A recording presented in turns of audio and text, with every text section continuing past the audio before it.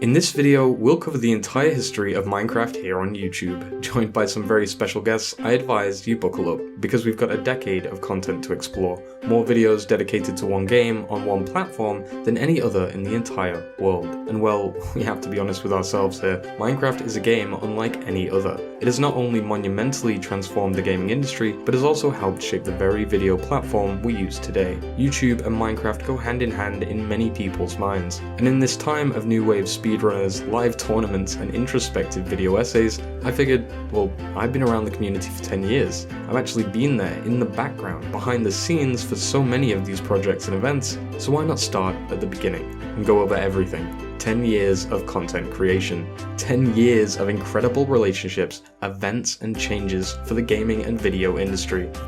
This is the entire history of Minecraft on YouTube.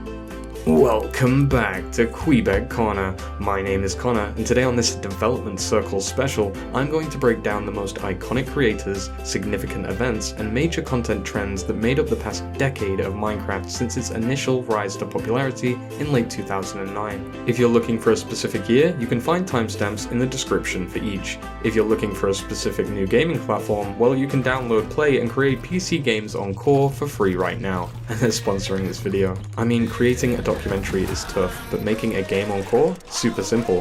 First of all, it's powered by Unreal Engine, and secondly, it already hosts a wide variety of genres, games made by players just like yourself, which means there's always a surprise around the corner. I signed up and browsed a few games before spotting Farmer's Market, a cute farming simulator style game that sees you plant and grow your own crops to sell and expand your plots. Spider Bite was another that got my heart racing, with a classic multiplayer murderer dynamic taken to a whole new horrific level, and more like it are being published every day for you to play on with your friends, especially with community hosted events and dev jams like the Dungeons & Dragons competition that just finished and paid out $20,000 in prizes. We talk a lot about design and game platforms here on this channel, so if you've ever wanted to get into it, Core is an amazing place to start. Best thing, you can start right now for free using pre-built systems, packaged sounds, thousands of music tracks, art assets, models, and no coding is really even needed. Just drag and drop. Create your own game and even travel to others and customize your avatar through the social network of ever-growing titles. Make sure you get ahead of the curve. I'll leave my link down in the description and pinned comment. Thank you, Core, for the support. Now let's talk Minecraft. To understand what the community and YouTube space were like each year from 2009 to 2020, I'm going to show you a montage of clips from popular creators or notable videos of the time before elaborating on each. If you watched back then, this should give you some nice nostalgia, and if you didn't, it'll act as a nice snippet or snapshot of what the ecosystem was like back then. Expect input from prominent community figures and creators throughout as well.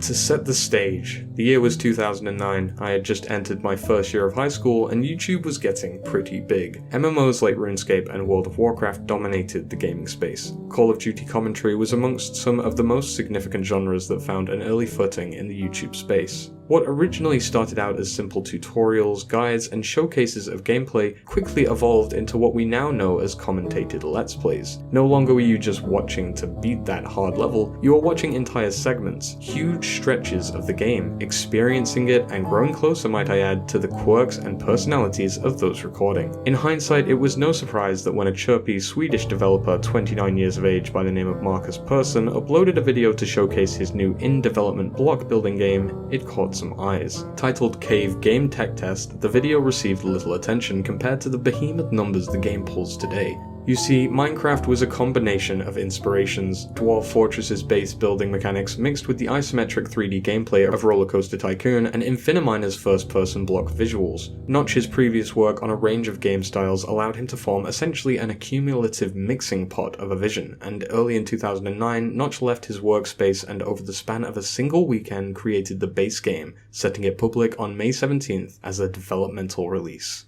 It didn't take longer than a day for YouTube footage to be posted of someone playing the game. WAP, as the channel was known, posted this great clip showcasing some of the earliest mechanics. Still deep in development with only the basic code in place, minimalistic textures, no physics, it's remarkable to look back on. But to this day, you can still note the charismatic charms that this early version provoked. It was an inviting, open world of potential. There's plenty of footage out there of this very original version, but the first Minecraft video with actual commentary arrived not long after on the 21st of May 2009, 4 days after the game's very first playable release. Hey guys, this is the Carlzor again. Once again, just showing you... The Carlzor has spoken in his comments since the upload, noting that I had found Minecraft because the very early version was shown on a website like Minigame blog or something, and after trying it for a while, for some reason I found the ability to build with blocks in a tiny little world to be so compelling that I just had to make a video to show other people. Little did I know that there'd eventually be so much more to the game and that it'd turn into the massively popular thing it is today. A user by the name of Hypnotoad also released the series in late 2009, one of the first, if not the very second, to do so, thus re-emphasizing this idea of Minecraft commentator. But as many videos from back then probably have, it's now been deleted, and his second series didn't begin until early 2010. Individual videos popped up here and there, mostly friends messing around, making jokes, and just generally memeing. There wasn't a specific end goal with Minecraft yet, there was no agenda, it was a lot more like a playground where people could just express themselves and their creativity freely, and in its simplest form, could be understood by players of all ages. And the best thing, all of those ages began to take notice. No one really knew just how much potential there was at this point, of course. Heck, no one could have ever predicted just how special this game would end up being to all of us. Not just a financial success, but emotionally tied to the hips of many of us creators here on YouTube, and the audience watching along. Hello, welcome to my tutorial for Minecraft. Now, this game has a bunch of cool little elements to it. I mean, the game itself is called Minecraft. First, it is my honor to present to you the completed Greenhouse of Harmony. It's beautiful. It is made by a single man. It became quite obvious quite quickly that Minecraft was the new kid on the block. Not just a game, but a popular game at that. It pulled in a ton of views with the bare-bones playthrough style and a vast open sandbox to leave your unique footprint. Commentators were left with ample time to integrate their own personalities, and those who didn't tended to suffer. Minecraft was never, and still is never, an instant success. It was always about the people playing the game, and the ones who let their personality, their creativity, and their authenticity shine. They were the ones that rose to the top. You'll notice here the first of many interesting intersections between Minecraft and YouTube. Many people's first YouTube video was a Minecraft one. It goes to show just how in unison they were even from the get-go. People started their channels just to make Minecraft content, to share their adventures with the world. And yes, of course, YouTube had already been well established for 5 years at this point, but the gaming category in particular was debatably still lacking a face, a poster child, a game that all gamers could rally behind. However, during 2010, with the release of Minecraft, that all changed. During this time, not only did lots of existing channels switch to Minecraft content, but a large majority of creators began their channels altogether, a response to the popularity of this new up-and-comer. Many even inspired by the likes of pioneer creators like the three legends we'll be discussing today, X, PaulSource Jr., and SkyDoesMinecraft. Regarded by most as their first Minecraft YouTubers, if you were active online at this time, your first Minecraft video was likely one of these three. One of the most popular of them all, PaulSource Jr., uploaded his first Minecraft video on the 29th of July 2010. He was one of the first to truly serialize the format of Minecraft commentary Let's Play. He would proceed through the game, giving the viewer tips and running into surprises along the way. Considered also by many to be the origin of their Minecraft enjoyment is SkyDoesMinecraft, who created his first commentary video on the 25th of August 2010. Over time, his likable personality and funny antics had his audience growing, and as more eyes looked to Minecraft, SkyDoesMinecraft would go on to dabble in multiplayer with the then unheard of Captain Sparkles. Hello everyone, my name is not SkyDoesMinecraft, it is Jordan, or Captain Sparkles, but of course I am here with Adam, and Hello. We're going to be going on take 3 of our Minecraft boat course. X was my first Minecraft YouTuber. I had caught glimpses of Minecraft on the homepage, and upon searching for the game, I found him. He wasn't too far along in the series if I remember right, and it caught my interest, so I stuck around and watched. My PC gaming history at 12 years old was nothing much more than World of Warcraft and random CD-ROMs I had lying around at home. I wasn't big on RuneScape, and up until that point, I'd really only consumed YouTube for funny animal videos, dancing stormtroopers, Nyan Cat, and a handful of simple PlayStation game walkthroughs. Shout out to LEGO Star Wars, by the way. I've always loved the English language and writing stories too. I used to want to be an author, so when I saw X's intro cards that each had a poetic quote semi-relating to the open-world freedom and survival aspects of the game, I was taken aback and drawn in. I was engaged and ready for a story, a journey. And that That's something so special, a magic that so many creators captured in their own ways. A new Minecraft Let's Play was like watching a different person open the same door each time to find something completely different on the inside. What got me started with my Minecraft content journey goes to, how I initially found Minecraft. A friend of mine showed me Minecraft in November of 2010. And because I was playing RuneScape so often, I remember telling him, and I even said it in my second ever Minecraft video, that I didn't want to get addicted to another game. I first heard about Minecraft probably back in, I'd say it was probably 2011. I think that I became aware of Minecraft back in 2009. That was the time that Minecraft, that was this just weird program that was on a forum somewhere. I think my initial sort of interactions with Minecraft and where it started for me, I think was pretty much like everybody else's, just like all of a sudden on the trending page, Yogscast, Yogscast, Yogscast. It was just the thing that everybody was watching. It was kind of the momentary Let's Plays just before Shadow of Israfel really kicked off. So I wound up hearing about Minecraft from all my friends in the RuneScape community. So they all switched over to Minecraft when I took like this 6-month break, because I had 99 agility in RuneScape. And if you know anything about RuneScape, if you get 99 agility in RuneScape, you're probably fat IRL. And so I was really fat IRL. I wound up leaving YouTube for like 6 or 7 months to go focus on my health. And when I came back, everyone was gone and they were all playing Minecraft. And I was like, what's Minecraft? And then I looked into X, and then I was like, oh, I like Minecraft. Dude, just something about X was so charming. It was like the most simple Let's Play ever, and that's actually what started, SkyDoesMinecraft. CNanners was a big influence. He had this Let's Play series that I watched that made me first get the game. I'm not sure if they may have been a little later, but Yogscast was one of the big early people that I remember with at least their in-depth Let's Plays that didn't just seem like they were playing the game. The first Minecraft creator that I ever watched was David Angel 64, otherwise known as X from X's Adventures in Minecraft. Because I played it for probably about a month just on my own, and then I just completely fell off of the game. Because mostly I didn't realize how much fun it could be, when you play multiplayer with your friends. Once one of my friends started filming Minecraft, another YouTuber named Bayesian Canadian, he was like, hey, you should try this out. You could play multiplayer, right? And I was like, all right, I'll put the game back on. I'll try it again. And I fell in love with it. I was actually introduced to it by a friend of mine, a real life friend of mine, blowing up a castle. And I was like, oh, that's cool. I'm going to try and buy that game. Of course, Minecraft looks the same to everyone. A creeper explosion will always be a creeper explosion, but to experience how individuals dealt with that explosion, how they dealt with surviving that very first night, that was part of the ride. Minecraft's survival elements also lent itself very well to the episodic, progressive adventure content. The random worlds and infinite possibilities for generation provided a completely unique experience for every channel, and it was relatively easy to record chunks of gameplay, then upload them as parts, a format that would lend itself very well to the Minecraft and overall gaming genre on YouTube in 2012 and 2013. Building structures allowed players to construct their own narratives, and with there being no streamlined pathway to an endgame, the fun came from trying to survive the then much tougher nighttime without items like beds or random villages to protect you. I started making videos showing off the progress on my map, inspired by people like CNanners, like David Angel 64, like Hutch, a lot of those machinima guys from way back in the day. I got inspired by their commentary style, and I sort of started doing the same thing and on my own channel. So that's really what sparked the initial sort of birth of my content journey with Minecraft.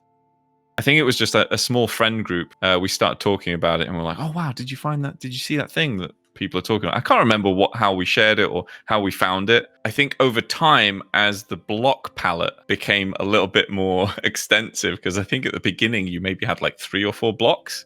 And when I say extensive, I'm talking it got to like 9 blocks. It was creative mode, but I don't think you really had much of the functionality that we have in creative mode today. Like, I don't think there was like, you couldn't middle click on something to select more of it. The palette and the actual block varieties were just so minimal as well. It was just bizarre. And like, I don't think it ever actually saved, if I remember correctly. So you'd build all this wacky stuff, and then if you happen to refresh the page or close the browser and then open it up again, it was all gone. Like, it was just a new build every single time. There's no brightness slider in the old versions of the game. There's no sprinting in the old versions. If you're being chased down, it takes a lot longer to run away from something than it used to. So the game is actually much easier today than it was back then. Back then, it was a lot harder. Plus, there were no enchantments back then, so you couldn't buff yourself out with protection for everything. And it started to appear as this game that was like, wow, you can actually kind of create environments and worlds in it. And I personally saw it as an opportunity to create cool little videos and sequences in them. I enjoyed X's content specifically because he started the episode by pitching a plan and then somehow, someway, it would always go wrong. I vividly remember his large mineshaft with the glass skylight, which today, with creative mode, would take 2 seconds to build, but for him, quite a few episodes. And that was okay, because every step was still enjoyable. What would appear to some as dead space filled by imprints of personality, random anecdotes, and unexpected moments. I highly recommend you go and check out his series in your spare time. It's a time capsule, an ode to what Minecraft was. Of course, there's one particular channel I'm failing to mention here, and that's because while their first video on the game was posted in late December of 2010, like many creators I'm going to discuss today, they didn't really take off until 2011, when their channel Blue Zephos, or the Yogscast, and what everyone believed at the time to just be another survival multiplayer series, turned into a monumental narrative known as the Shadow of Israfel. I'm not sure if they may have been a little later, but Yogscast was one of the big early people that I remember with at least their in-depth Let's Plays that didn't just seem like they were playing the game. But just the whole concept of that game, I think, initially started to pick up momentum on YouTube when people started to see it as a storytelling tool, when Simon and Lewis really started to like do something extra with it.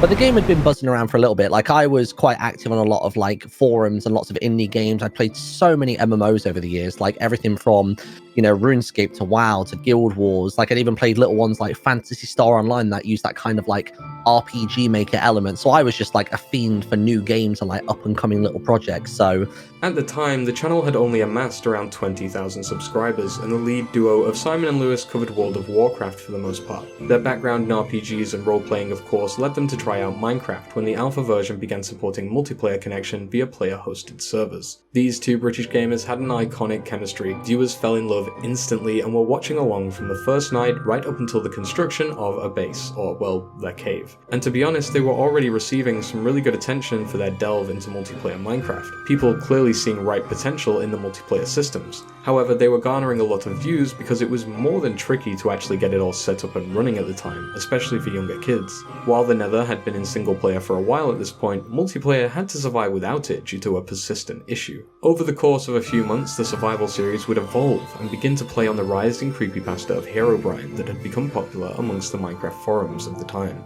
As Mojang began to promise a multiplayer Nether in the future, they drew Herobrine closer and closer as they finished building their Nether portal, subtly integrating multiple roles played by their band of friends, acting as random NPCs, and adding new builds and extensions randomly off camera between episodes and then reacting to them. The Yogscast slowly built on what was possible in-game, and more importantly, what was expected of content creators: narrative against the norm. By the end of the year, the Yogscast would go on to garner a total of 1,300,000 subscribers and would rise to become the most subscribed gaming duo in the UK. But we're by no means done with 2011. In fact, we've barely even started.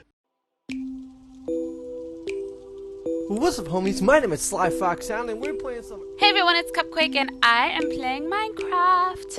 Here is the friendly chaps at Hat Ventures. We've taken on a new map.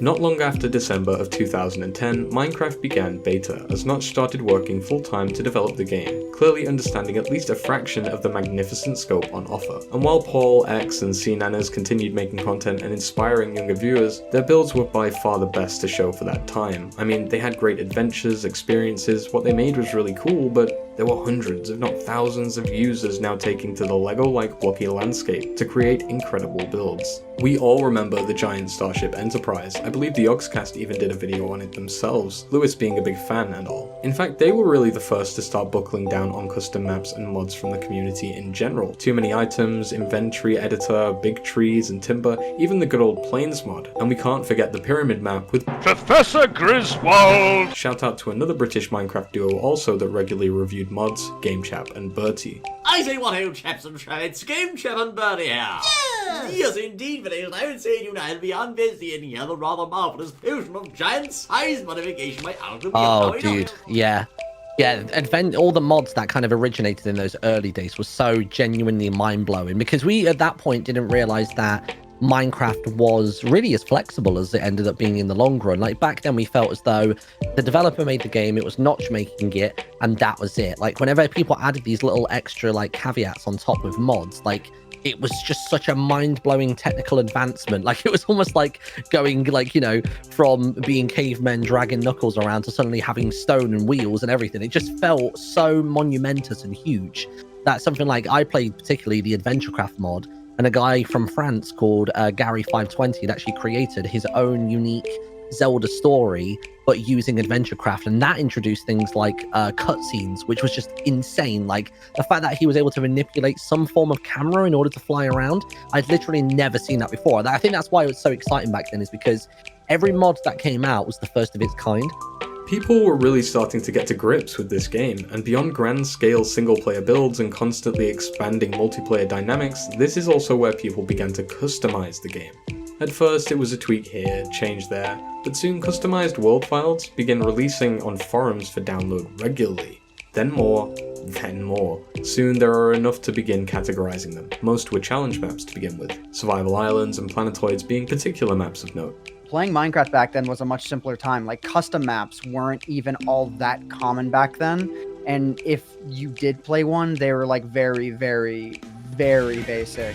I think what drew me to things like AdventureCraft and even the Kingdom of the Saplings pack that I did was I felt like I'd reached my limitations with the vanilla version of Minecraft. I knew I didn't have a team to create something like the Shadow of Israfel series, but I wanted something that would gently guide my narrative along and even just give me a little bit of direction, because back then, I don't even think the Nether was introduced at that point, so there wasn't really any kind of end goal. Like, you know, the goal at that time, the best thing you could do was collect diamonds, and that was it. Like, imagine Minecraft where you can't go to the Nether, you can't go to the end. So actually having additional goals to strive towards actually gave you almost like a checklist for each episode, and also would allow people to almost like set you like miniature challenges. So I think the game was a little bit too short length in terms of its, you know, progression at the time, which is why these mods were so appetizing, like for everybody's sort of like thirst. Adventure maps also became popular around this time, placing the user in a more linear narrative that saw them going up against a wide assortment of themes whilst completing challenges or quests. I can remember distinctly there was this world file that I booted up, and it had this small little cliff face, and it was nighttime, and I put some torches down, and I was like, man, this is so atmospheric. I'm going to record it. And I think this was back in the time of like Fraps. So I recorded it and stuck it in Sony Vegas and put the Gymnopody piano track to it with just like a moving, and I was moving the camera, I was moving myself just very slowly to try and get this like nice pan of the night sky to the Gymnopody soundtrack. And I was like, man, you can make like cool little atmospheric videos in this game. It's so nice. And I was like showing my friends, I was like, look at this. But that was the start of me sort of using Minecraft as a creative platform. Eventually, somehow, we stumbled across the Minecraft forum, and that was when I discovered the adventure map category. And there was this one map called Professor Griswold and the Adventure of the Pyramid. And it was very simple. It was very like, you got a clue at the beginning, like, hey, you're kind of following this professor. And within the pyramid, I remember you found the diamond crystal thing, and you're like, wow, that's the thing that I've been hunting this whole time. And you take it from the monument that it's stuck in, and the entire roof explodes, and lava just comes like falling down. And I was with a friend at the time, and we screamed so loud, and it felt like we were playing like an action film. And that was the first time I realized that, like, wow, you can actually create these sort of emotional pulling experiences in Minecraft by making adventure maps. Yeah, I've been working with the Noxcrew, I think since, when was my first Paladin's Quest episode? I'm just looking now. It looks as though it was in July of 2012. So yeah, we're coming up on like 8 and a bit years, or 8+ years now, and everything they've ever done, whether it be something more simplistic like an adventure map with like the cutscenes and kind of the character dialogue boxes and things like that, they've always done everything to such a high caliber. Like, they sort of reach the ceiling of what the limitations are, and then they just smash through it every single time. And like back in the day, the Noxcrew game show was, I think, entirely done with redstone. Bear in mind, back in the day, we didn't have things like command blocks or data packs or anything like that. We'd be lucky to slap a texture pack on something, but the ingenuity that they demonstrated was just unreal. We discovered the first Minecraft YouTuber that we're familiar with, called InTheLittleWood. We made and released an adventure map called Paladin's Quest in 2011, and InTheLittleWood was one of the more notable YouTubers that picked it up and did a series on it. And this was our first time experiencing as a crew like a YouTuber doing a series on one of our things, and we became good friends with him. And through him, we discovered people like Variety, I think, was at the time. There was AtGod, Bashaverse, and I don't remember. It was a very small community at the time. Fire UK was sort of like a build team / YouTuber, because they were releasing time lapses. I think I've always worked so well with them because I have that same production value kind of like threshold myself. Because where I came from a radio background, I think I already had a certain level of expectation for myself of how slick the products could be at the end. So I think they provide the content, I provide kind of an entertainment aspect, and I've always tried to stay on par with them. And that still extends now to the Minecraft Championship. Parkour maps, redstone puzzle maps, fantasy, sci-fi, Minecraft became a canvas for the paintings of colourful minds. Naturally, watching your favourite creator experience new maps in the game became routine, and a nice break between regular survival videos as players would wait for more updates and gameplay features. It would always be nice to see a creator return to their survival world after a while to add to it, build on their creations, explore new features, if their world hadn't corrupted, that is. And this is also when creators began to really diversify their content. The most popular channels by the end of 2011 no longer just running an ongoing survival series, but also had adventure map run-throughs, and even multiplayer series, challenge, and roleplay videos. We'll explore some more of those creators, but first, I'm sure there's another genre of Minecraft content that started somewhere in early 2011 that I think I've failed to mention.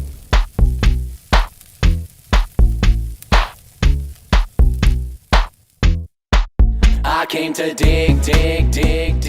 Captain Sparkles, or Jordan Marin, began making content way back with Scene Anners in August of 2010, but he really began to dominate the scene after the release of his now hit single TNT, a parody of Tayo Cruz's Dynamite. This went viral, following the success of Deadworker's original song In Search of Diamonds a few months earlier, and was part of the first wave of the Minecraft parody genre that would eventually blow up. Revenge came in August, and Form This Way from InTheLittleWood was also a popular one that year. It was about this time when some of the biggest names you'll have ever heard of in the community started making content, or their content really started gaining traction, at least. Toby Games with his comedy antics, Captain Sparkles with his music and fun puzzle map playthroughs, Tom Syndicate and his Minecraft project, InTheLittleWood and the Zelda AdventureCraft series, The Creatures with their group collaborations, Bashaverse rising with machinima and server projects, AntVenom searching for a golden apple, the first Minecraft Monday ever with Bebop Vox, Hat Films and their quest, Redstoning with Seth Bling, Verida and his team, Unspeakable Gaming, even Minecraft Chick aka Lydia Winters of Mojang. We had Looklin, Chimney Swift, P-Bat, Sly Foxhound, Husky Mudkits, Log.z, IHas Cupquake, LD Shadow Lady, Vintage Beef posted his Minecraft application back then, Caveman Films, many of the Hermits, even Pewds posted his very first video around this time. And yep, it was Minecraft. I spoke with AntVenom and Aviator Gaming, who first started uploading their content around March 2011. On the map-making side, Jesse Cox started his show RPG Makers. Vex published the first 3 Super Hostile maps on the 4th of March 2011, and Deep Space Turtle Chase, one of the most advanced maps for its time, released in October of the same year, created by the Voxel Box in partnership with Captain Sparkles, all providing a myriad of content for YouTubers to cover and explore with their audience. One of them was a guy named Notux. This guy was a one-man wrecking machine builder in Minecraft. He was probably one of, if not the single greatest builder who's ever done any work in Minecraft. So there was him, There's the Voxel Box. They did Captain Sparkles' Deep Space Turtle Chase map, which was at the time a breakthrough map. That was one of the very first maps that had custom voicing, that had a storyline, that, you know, used mods and whatnot to, you know, help advance the story. Like, I mean, it's not talked about much these days, but that adventure map, that one project, I would say, redefined what adventure maps could be.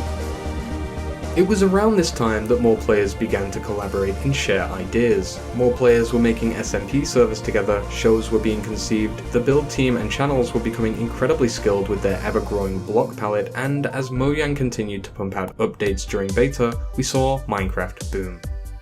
From a personal standpoint, I definitely need to acknowledge the music video projects that I worked on with various animators. There is Nick Nickum, there is Bootstrap Buckaroo, who I did a bunch of animations with, and then working with Pedro, Music by Pedro, working on those. So from a personal standpoint, those are some big projects that I remember. Resurgence unlike anything gaming related seen on YouTube before, not only because of the game, but because of how it acted as a vessel for our imaginations, buildings, towns, societies, our own custom worlds that we could invite our friends to. Basic survival, roleplay, and even creative-based server worlds would be advertised left, right, and center on the Minecraft forum. Players would use mods like Townie and Economy to add currency and all sorts of world-building features to make their servers into more of a community. All of this was showcased and even advertised to an extent on YouTube. Modders even began showcasing all the prominent YouTubers who had played their creations. Bigger and better builds were forming, and with bigger and better groups too.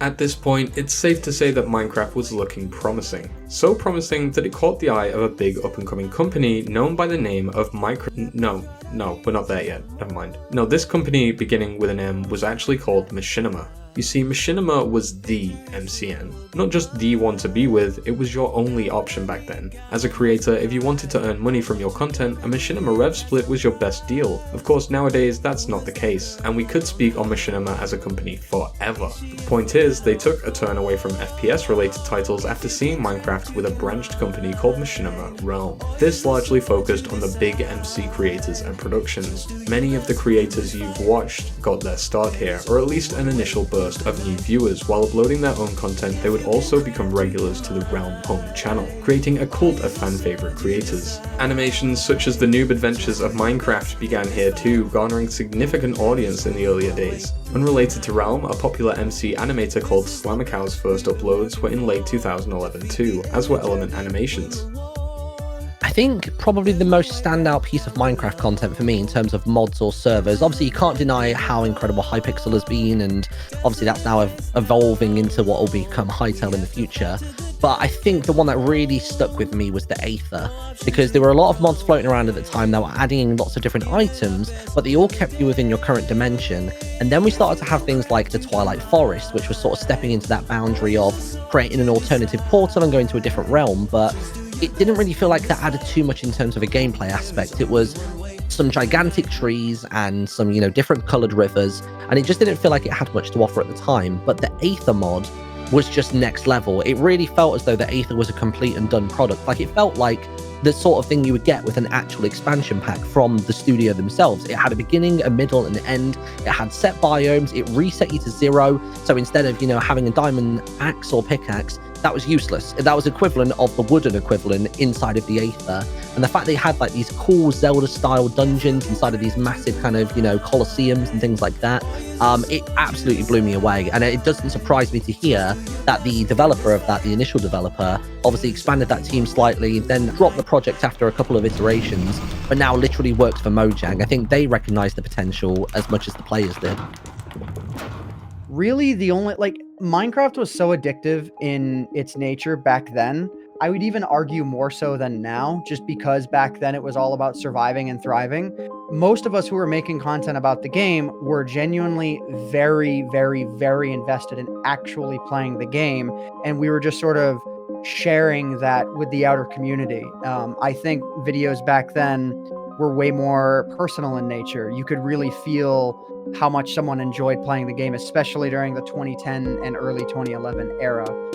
So the desire for making the content was just naturally it naturally existed in our desire to play the game. Griefing, where one would destroy another's buildings or abuse them in game. This was common. Hacking, less so, but there were many clients out there that provided god-tier abilities, the likes of which really couldn't be combated in the early days of Minecraft, with the game receiving updates so commonly. With growing groups of users, all with the single aim to troll, we were bound to eventually see one of these groups take off by showing their antics on YouTube. Cue Team AVO. Team Abolition ran riots across servers all around the internet in their pursuit of deserving ice cream. The group would go all out, establishing completely unseen hacking methods and crazy client tactics to pull one over on server owners that called them out, blowing up hours of work, in some cases completely obliterating servers, and in other cases, just stealing a few boats here and there. While denial of service and other abusive behaviors were wild and uncalled for, this is internet history. It's there for you to go back and watch right now. Even at the time, as a child, I enjoyed the mischievousness of it all. It felt like a true Wild West, and funnily enough, the team ended up working with half the people they originally griefed in the first place. While Team AVO are long gone now due to the anti-cheat explosion of MC exploiting and general disinterest on their part, we can save them in the history books. From the most meta of Minecraft content to the most immersive, machinima was an MCN, but the word machinima is also a terminology describing machine cinema in general, recording footage in-game, editing voice acting, applying cinematography practices. You were creating a real production, almost completely void of the classic first-person perspective offered by almost every single other Minecraft channel out there. And it makes sense. By mid-2011, Minecraft YouTubers were popping up everywhere, and while it would still take another 2 years for any of those names mentioned today to really get any significant numbers, it was apparent that something needed to change. Some creators needed to be different. Enter Legend of Hobo. Widely regarded as one of the most fun machinimas, this series captured the entire community for a very special moment. While creators had uploaded short machinimas or even single videos without a specific narrative, no one had ever really challenged the medium in such a way that attempted a full series, let alone one that made use of naturally swaying entities like grass, professional voice acting, and cool camera effects that required custom plugins and mods. The Legend of Hobo, created by Team Bashaverse, set a new precedent, that there was big things possible in this game, big stories to tell that people were willing to take seriously. The Basher community exploded more or less overnight, and he soared to the top spot with his team as they worked hard to produce more episodes. However, when it became apparent that things were not all going to plan behind the scenes, and with a failing multiplayer server and huge amount of time invested into a secret Minecraft MMO project called Rune, the Legend of Hobo went on hiatus. But the damage was already done. Now people knew there was a taste for cinematic content. Fun fact, I actually wrote a large set of books for the Rune project, and even worked under the Bashaverse team to help him film Legend of Hobo. You can actually see me there, I was one of these zombies, I promise. I was only young, but I was ambitious and really wanted to get into the scene as a body actor, a job profession likely unheard of by anyone that hasn't filmed an in-game machinima. You guys are incredibly organised. You were telling me yesterday about your texture packs. Yeah, and your... yeah, give us a bit of a walkthrough on that. Yeah. Okay, like for every single scene, we have about 13 texture packs. But every single shot, we have to change the texture pack for every single angle so we could get it perfect. Every single frame, yeah. The dirt on the road is totally not dirt. If you have normal texture pack, it's wool. It's because dirt turns into grass, and we can't have that happen. And I think this was at the time that Legend of Hobo was a thing from Bashaverse, and that was quite inspirational. Because there was some really good cinematic stuff going on in Legend of Hobo. I think he really mastered how to tell a story through like a video game like that, and really good voice acting as well. Elephants aren't native to this part of Rune, you moron. I've seen one, my lord. What? You've seen an elephant? Yes, my lord. Here? Near our city? No, my lord. When I was a small boy, I saw one at the circus. Me too! What does that have to do with him finding an elephant here? Maybe there's a circus in the palace. I joined a server with over 60 people. We were all orchestrated to apply different skins. We would hold bows with no textures so it looked like we had our arms out like zombies, and were shown a map with locations to where we would be during shooting. My interest for Bashaverse eventually died when Rune was announced as never happening, but we're getting ahead of ourselves. Machinima. Not just Legend of Hobo now, but the likes of Crafted Movie had platforms as aspiring movie makers. Exploding TNT started Minecraft videos in 2011, and he quickly switched to machinimas, gaining 5 million subscribers. He had characters like Pink Sheep who would have their own spin-off channels. Exploding TNT's content was aimed at a younger audience. With simple premises, his videos would gain millions of views, with the most popular being 17 million. The ones that I feel like really stood out to me would be like people who managed to make such a name for themselves without even dropping a single word, and that would be Exploding TNT. The reason Exploding TNT sticks out to me a little bit more than anyone else was just because of how hilarious it was that he had, never talked, and it gave me this open opportunity to make like memes at conventions.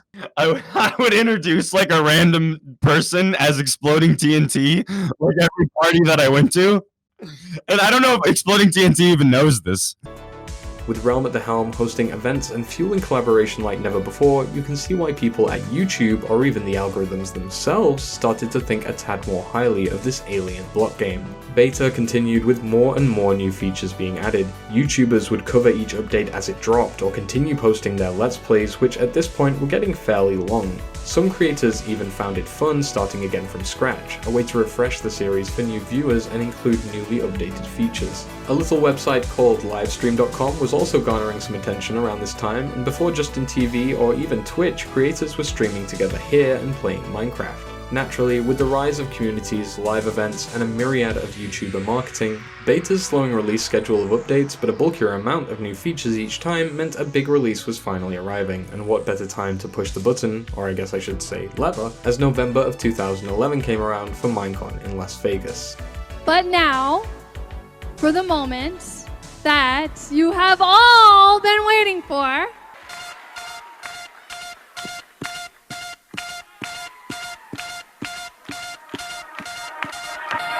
There was one in 2010, but it wasn't a largely advertised event and only had about 100 people turn up. But this one was much bigger and even saw Notch officially release the game. With modded content, adventure maps, community collabs, and now machinimas to add, it's safe to say viewers were satiated with content, now of all types, not just Let's Plays. All of this excitement, all of this content, the YouTube homepage itself covered with Minecraft YouTubers and movies, hundreds of kids started to notice, play, and discuss the game.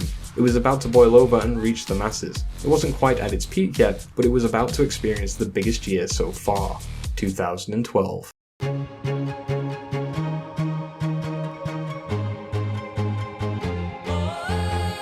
guys, Sneaky here, and welcome to some Minecraft 60th edition. Haha, The More Pistons mod by Monty Pylon. What's going on, Swifters? It's JeromeASF here, and welcome back to the Minecraft Files. With the treasure trove of new content from the prior year, a whole wave of creators new and old began to rise up, each with specific niches, show ideas, and communities. It was at this point that the scales began to tip in Minecraft's favour, pointed out by MatPat in one of his game theories, and widely recognised by the community at the time was a change in value for YouTube, a switch towards watch time. Now, engaging long-form content was more profitable than ever, and YouTube made sure to push that. Practice makes perfect, as they say, and before long, rookie Minecraft players were growing into professional YouTubers and broadcasters, able to begin investing in higher quality content, and this wasn't just happening in English-speaking countries either. Of course this was happening globally. Obviously not as global as when Mojang added the language support and eventually Bedrock would inevitably come along globally, but there were plenty of international creators. Thing is, no creo que tenga la experiencia o el conocimiento para comentar sobre los espacios extranjeros de Minecraft y YouTube. Por más grandes que sean, estoy seguro de que sería necesario investigar más, y tal vez alguno de ustedes, los espectadores bilingües, puedan decirnos más en los comentarios a continuación.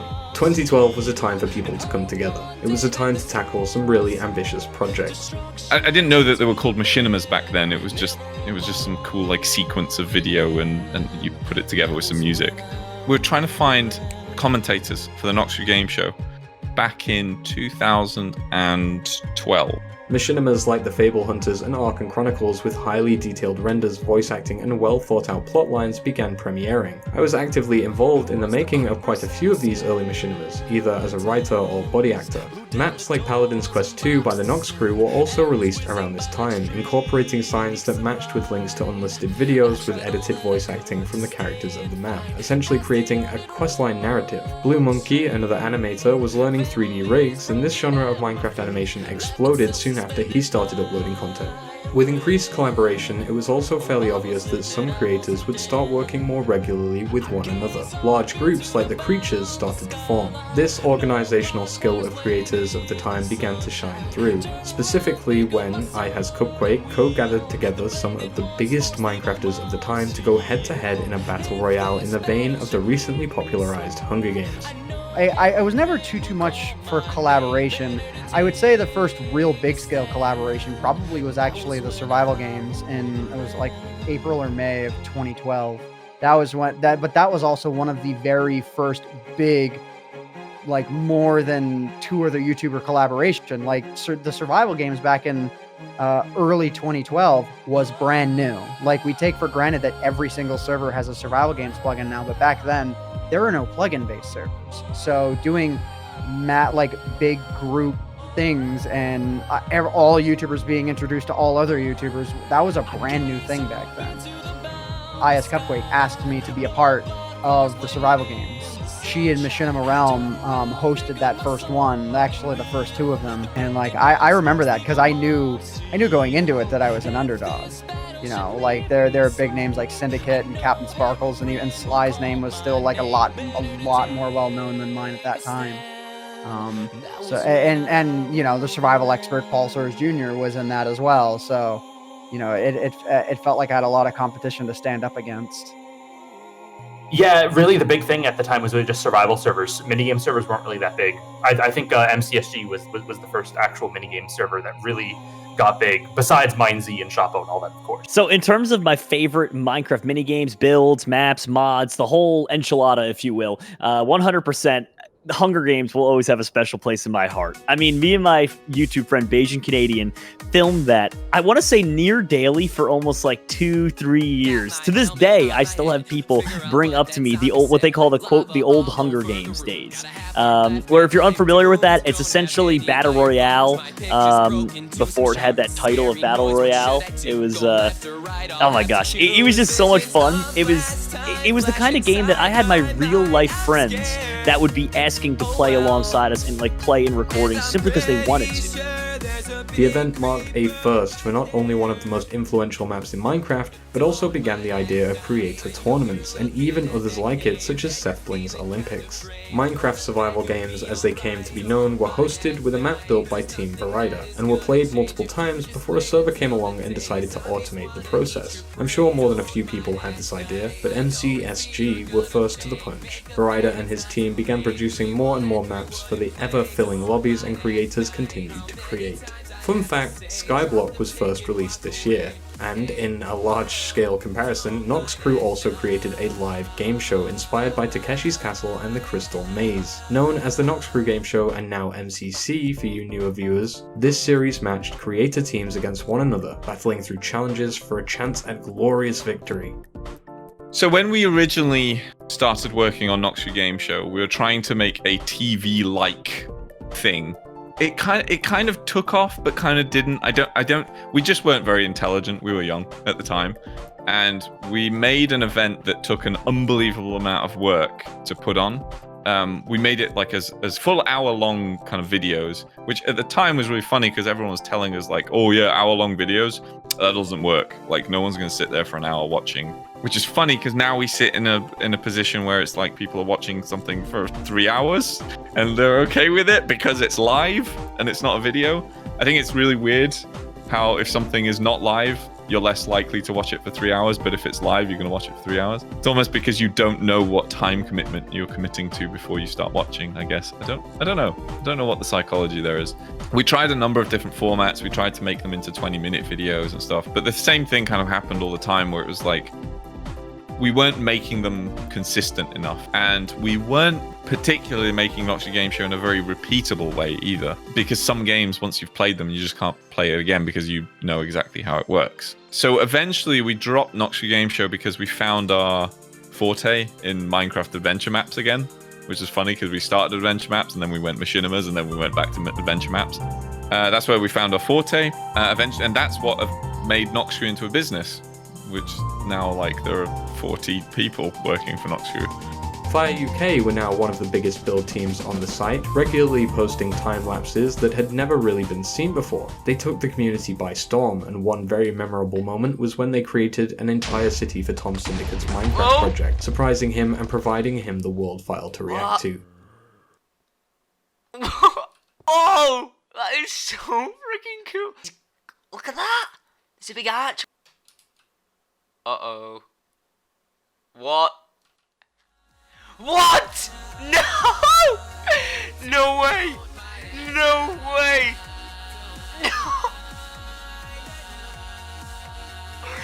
No! Oh my god! I was a part of Oh my Fire God. UK Whoa, whoa, whoa. for quite a while, which was really cool. It actually got me into Minecraft. Blockception was kind of like an afterthought several years afterwards. On top of that, I also joined a team called Team Verida. We essentially produced some of the official survival games maps. At least that's what the team was mainly known for. This showed people that now builders could earn money. Their work could be worth something. Undoubtedly, Minecraft build tutorials and building idea videos have always been popular too. It's one type of content that really hasn't seen much fluctuation over the last 8 years. Minecraft parodies were now in full swing, seeing Fallen Kingdom drop along with a whole bunch more complicated puzzle and redstone maps releasing to creators to play, and obviously I had to throw this in somewhere, parkour began to increase in popularity once sprinting was added. Groups like Hermitcraft and Mindcraft began to grow quickly, and build teams also became more established. While most of it was all still fun and games, 2012 was definitely the year where business reared its head a little more. Not a bad thing of course, creators were being paid to make videos, server owners were being paid to host great stuff, and the builders were being paid to create the setting and scenery. A nice trifecta. One that would create a content dynamic that ensured there was always new things to watch, always a new project to look out for, new mods to showcase.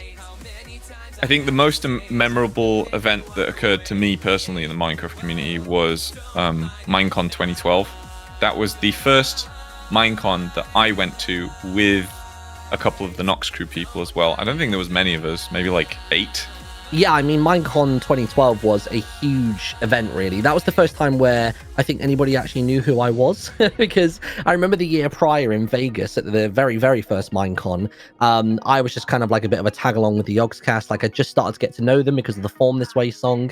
But then fast forward a year, I kind of established myself as a creator, and then all of a sudden, I was going up on the main stage with Captain Sparkles. Like, I was hanging out with the developers. I literally had to wear a Steve head in order to get away from people and be able to like actually get back to my room unscathed, sort of thing. Minecon was interesting. I wound up opening Minecon, and that was pretty fun. I wound up singing New World, and Minecon was just kind of nuts though. Like, I'll be honest, the first Minecon I ever went to, they had like no security or anything for any of the YouTubers, so like we would get mobbed and then stuck on walls for like 2 hours while parents would like not let us leave. And it was really funny too, because they were like the most passive aggressive about it ever. They were just like when we tried to leave, they're like, oh no, here's a sandwich, here's some water. They're just like feeding me. I remember Minecon 2012 being this weird realization. There's always this part in your life where everything just changes, your perception of everything just like completely switches in a moment, and I think that was Minecon 2012 for me. It felt like I went to heaven for like 3 days and then came back, because it was, I think as a gamer, there is an element of feeling lost in society, in the kind of bigger social space. And Minecon 2012 was the first time I've ever experienced going to somewhere where everyone there is just like you and they share the exact same interests. And I've never felt more at home. And because it was only 2-3 years into Minecraft's existence, I don't think anyone really knew what this community was. And there was everything just felt modest and genuine. There were so many names there that were they weren't famous enough to be big names. So it was all like, you had fame, but not as, it wasn't creating like a huge kind of social hierarchy as it may do in these days. And everyone's just very open and friendly, and was just great. But I think literally everybody that I met there, I still talk to this day, whether that be like the Noxcrew guys, whether that be back in the day, it was kind of like Dennis Verrider, who obviously ran a lot of the cool cinematic stuff that was a big genre back in the day, and even made the official Minecraft trailer. I met them all at that event, and it was unreal. Like, the amount of money they must have thrown at that was absurd. Like, literally for the evening on the first day there, they shut down the studio portion of Disneyland and had only Minecon attendees go in there. So I literally rode the Aerosmith ride like 5 times in a row. No queues, just straight on, straight off. And it's just, I'd never heard of a game or a developer doing that for their community. And I just thought it was just something really special, to be honest. And I've been to subsequent Minecons, and they've obviously lost a degree of that personal charm, which is to be expected when it expands so massively. But yeah, like that Paris one was just something really special, because I think it was the beginning of a lot of people's friendships. I think so many people met each other for the first time in person at those events, and it kind of broke that stigma of like, oh no, I only know you from TeamSpeak, or oh no, we only talk to each other on Skype. I think it was so good for the social aspects of gaming, really, for YouTube. I didn't really know of any other events other than like PAX that were really trying to do that at the time. I mean, right off the bat, Minecon, I miss those early Minecon days. I mean, as far as like memorable events, like I think any Minecraft YouTuber who has been to a Minecon will agree. Minecon is actually a really good convention. I've gone to a lot of conventions, like a ton, and I don't enjoy most of them, to be honest. It's a lot. Like when you're there as a creator, it's a lot of work a lot of times. And I feel like Minecon had a much more chill atmosphere. It was just a bunch of people who enjoyed the game, and kind of whether you were a creator or just a player or a fan, it didn't really matter. Everyone was just kind of there for the same thing. So it just had this different atmosphere to it. So I would say any of the Minecons were definitely, I went to the Anaheim one. I would say in terms of big events that I look back on fondly over the last 10 years, it would definitely be the old Minecons that Mojang used to throw together. I had been to the one in Orlando back in 2013, and then I was at the one in London. I want to say that one was in 2015. Both of those were just absolutely incredible experiences. I love them. It was such a good way just to get to meet fans, get to hang out with them, and also just get a good chance to really branch out and meet other YouTubers. Like, I met some lifelong friends back at Minecon 2013 that were just other YouTubers in the space, or perhaps they worked in the business side of the space, like James Bohm from MC Pro Hosting. He's a very, very good friend of mine and has been since 2013. And that wouldn't have been possible really without Minecons. So I dearly miss them. I know they started doing the I think they're called Minecraft Earth or Minecon Earth. But I don't know. It's just not the same. I miss those a lot. Will say I met some of the coolest people there, and I talked to AFMAO, Gizzy, a lot of people that were kind of like already in my community but wasn't too close. I was kind of close with Gizzy, but I barely knew AFMAO and her team, and it was really cool to see and meet them and see how all their stuff worked, because they were at the time, from an RP YouTuber standpoint, they were making some of the best production stuff that was out there, period. And so everyone who was in RP watched and looked up to AFMAO as a creator, like, wow, like if you can make these stories good enough, if you can get that team together, you can create something that is basically a TV show, And so being able to see that and just get a little information, just talk about how their operation worked was one of the coolest things. And I learned a lot just from that conversation. The first Minecon I went to was the 2012 one, and I went with a bunch of FireUK guys, but I also recently joined the team Rider back then. It was actually fantastic. A lot of really cool stuff. Yeah, I think Minecon strengthened a lot of bonds. But there were... I met Alex Bellavita from Blockception at Minecon. Honestly, I think the person that I'm still friends with from that event is probably Stefan from the Noxcrew, or also known as Noxite. Of course, once announced to be set in Paris, Minecon 2012 was guaranteed to be a hit. All your favourite YouTubers were at this event, And what a show it was. I assume many additional collaborations, friendships, and business partnerships spun out of this one event alone. YouTubers in 2012 were definitely spoiled for choice when it came to defining their content, and viewers themselves were spoiled in what content they watched. After this collaboratively inspiring Minecon, it was bound to be that the ball would keep rolling through to 2013.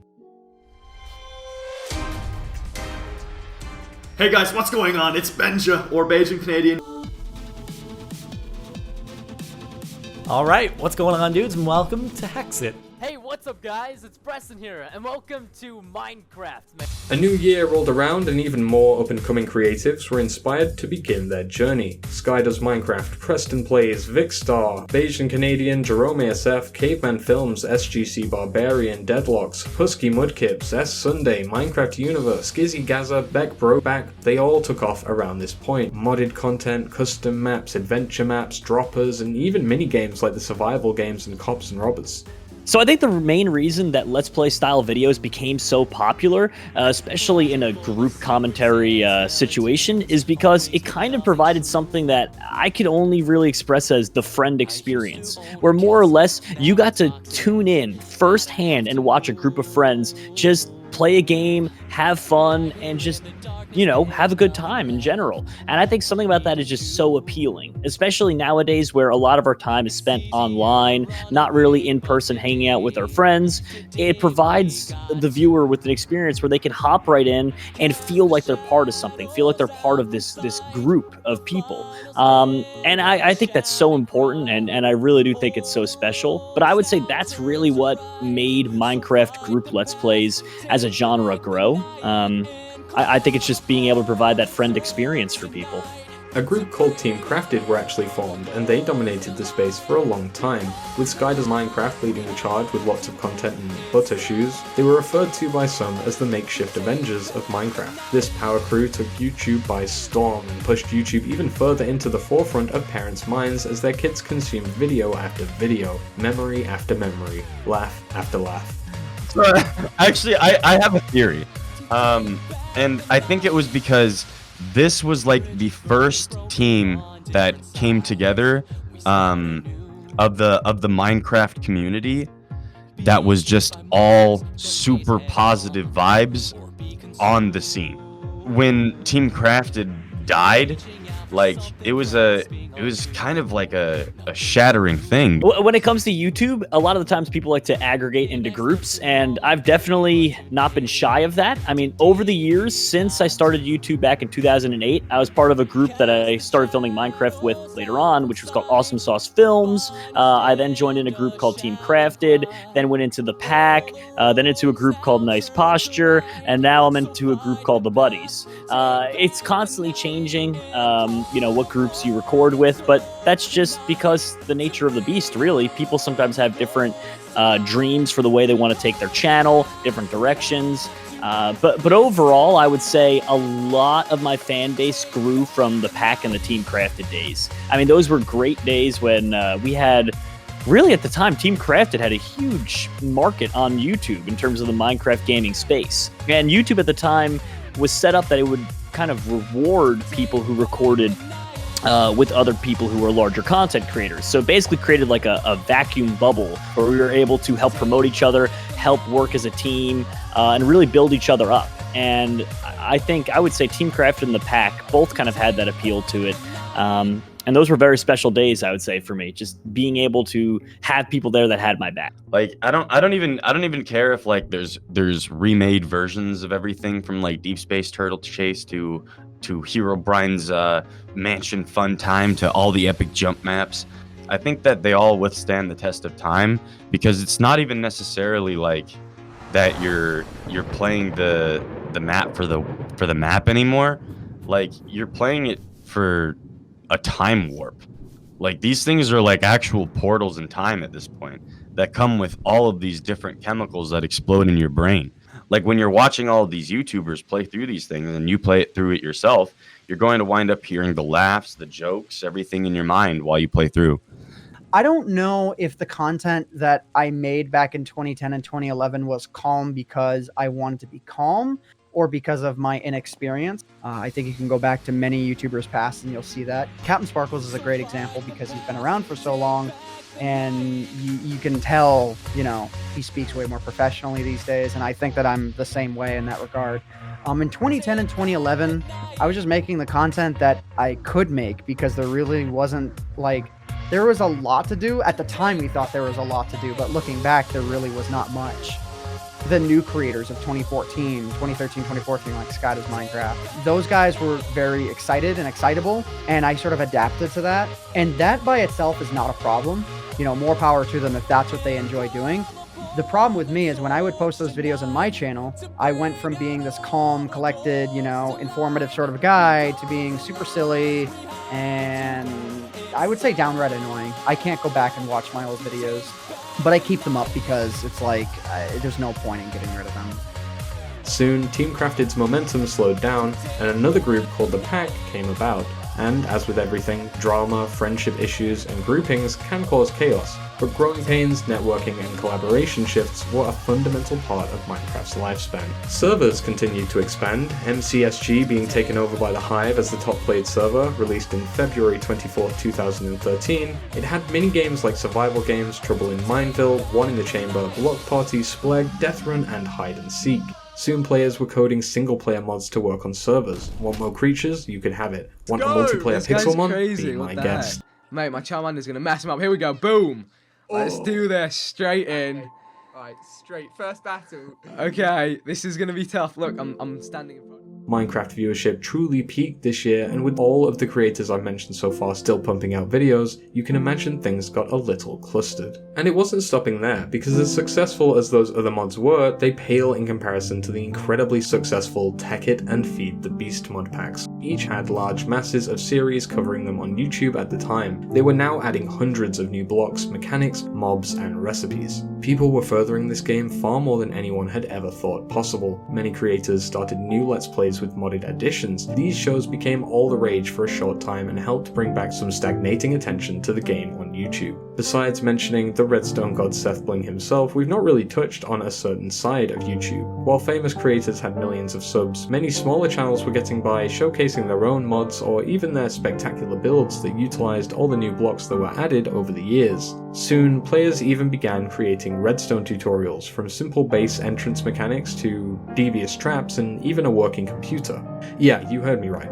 Built by Lego Master 99, a 13-year-old Minecrafter on November 19, 2013, showed the absolute limits of redstone in Minecraft. The build was an incredibly low-spec PC, and the computer only had 4 bytes of RAM, but knowing you could create something like that, seeing someone do it means a lot. It was a monumental step in showing everyone that Minecraft was more than a game, and I'm sure that it got plenty of Redstoners excited. I think everyone can agree, even existing creators. 2013 was the year that we saw big influencers go from, well, influential to genuinely famous. Minecraft was being exposed to a wider and wider audience every day, Bedrock Edition for Minecraft was spreading, more commonly known as Pocket Edition at the time, and eventually that would even grow on to become somewhat of an alter ego to the Java edition of the game.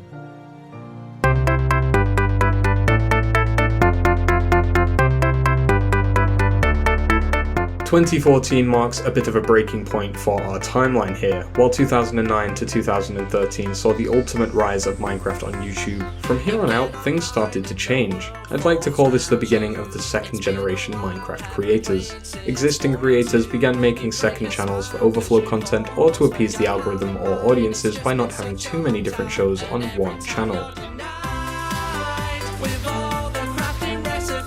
Hello everybody, my name is Markiplier. Many gaming creators that were already in the space covering other games also began catching on and moving over to Minecraft content. Let's talk about Hypixel for a moment. Originally released on April 13th, 2013, it was opened by Simon, aka Hypixel. Originally it had adventure maps, but added minigames so that people could have something to do while they wait. It has since become massive, with almost 20 million unique players visiting.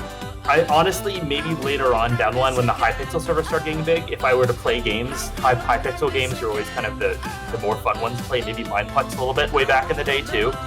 So when it comes to servers and machinimas and things that kind of can keep the community alive and have aged really well, I think that there's certain things that have aged. I think Hypixel has aged immaculately. I think that you could take a Hypixel map from when they first started their career, and you could play it now, and it would still be amazing.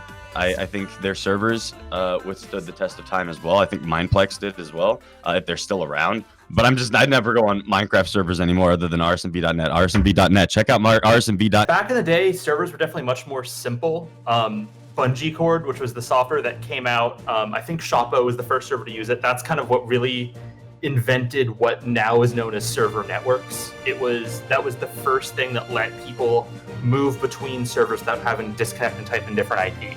Before that, if you were to have like a survival game server, you would have like literally 20 different IP addresses. Like if you ever played MCSG way back in the day, you'd go to their website server list and there'd be a list of 50 or 30 servers or however many it was, all with their own different IP addresses, and that's how you connect and join games. There was no lobby system for that. So things then were honestly just much simpler.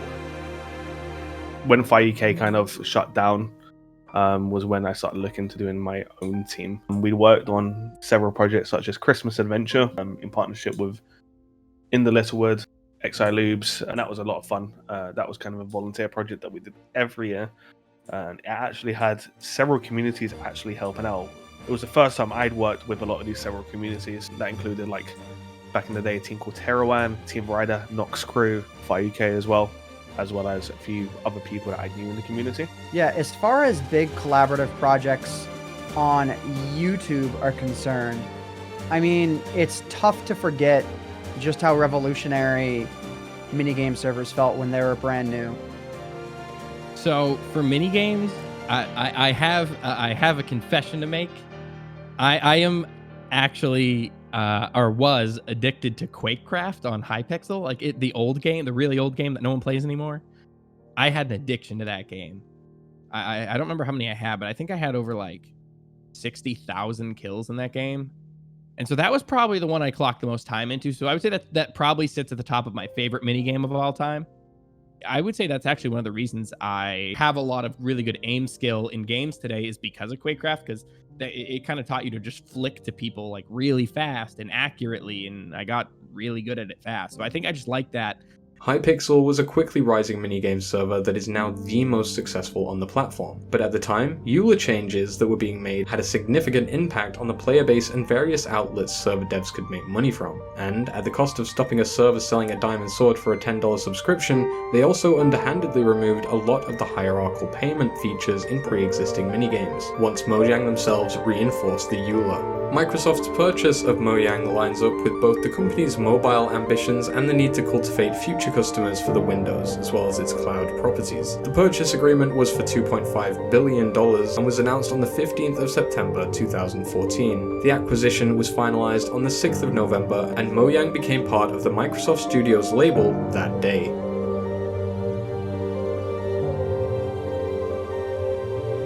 JeromeASF, despite starting 2 years prior in 2012, really took off in 2014. He made Minecraft survival game videos in the hundreds with Beijing Canadian, and the two would see insane channel growth in this time, with their views going from the tens of thousands to hundreds of thousands. After having been briefly a part of Team Crafted, they gained an even larger following. During this time, they picked up other friends into their videos such as Vicstar, Husky Mudkips, Lachlan, Preston Plays, and Waffles. After a while playing together, they gave themselves a name, The Pack. The Pack would do UHCs, minigames, and various other challenges together, all while developing role-play-esque personalities and relationships with one another. This combination of fun content and exaggerated personalities made them some of the most prominent faces in YouTube for a long time. Role-play machinima hybrid shows became all the rage. People, you'd see it in the early days with even, what Yogscast did could be considered an early day roleplay because they had stories built into their Let's Plays.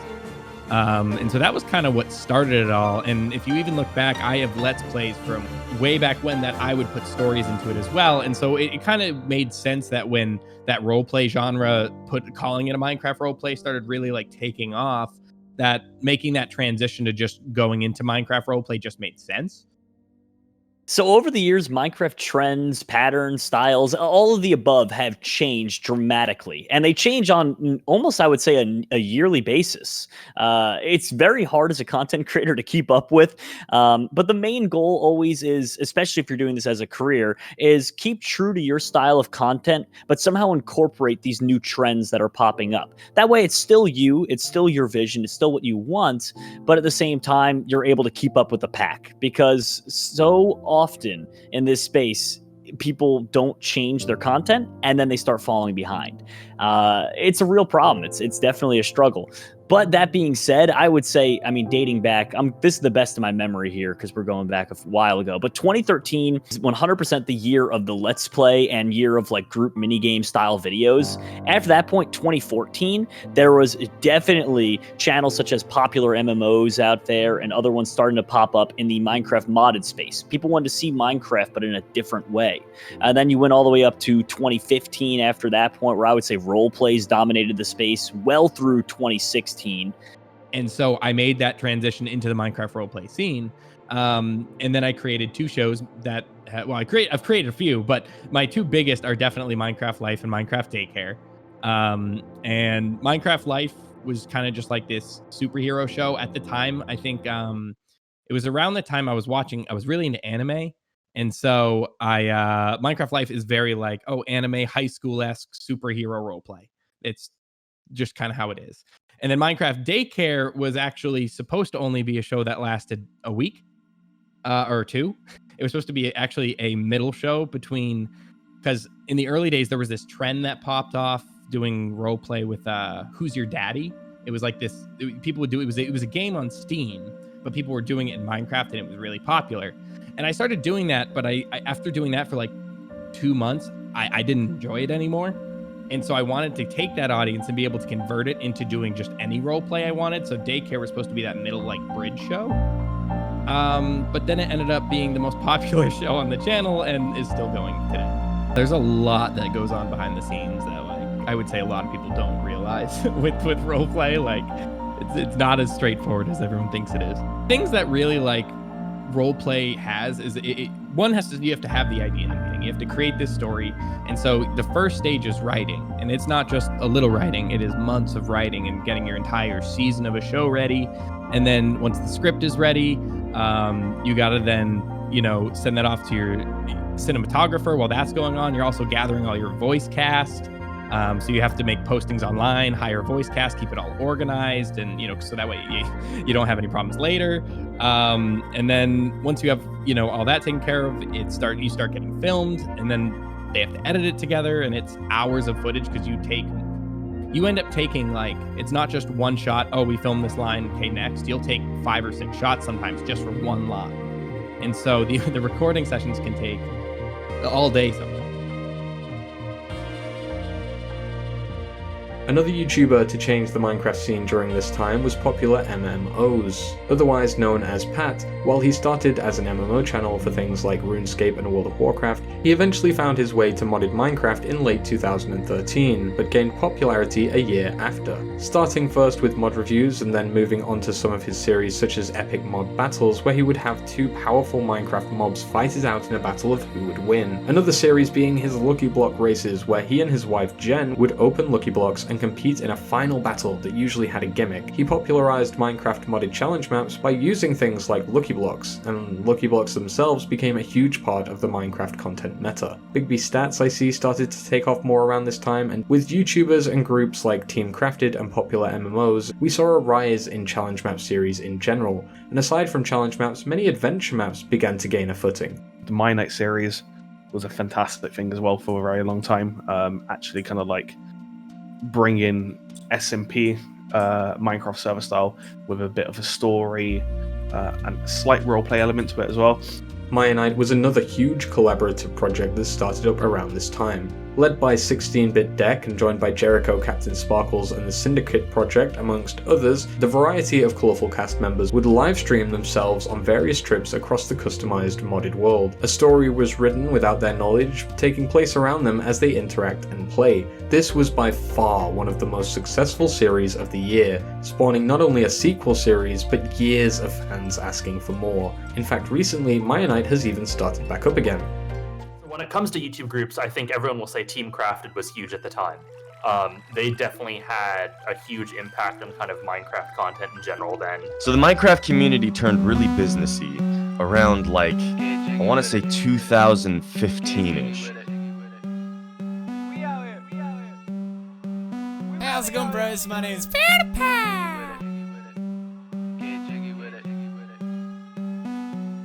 Trick or treat, hello, is anybody there? Oh my god! What have you dressed up as? Who decides what impossible is in this world? That, we have to jump past the poo. Really?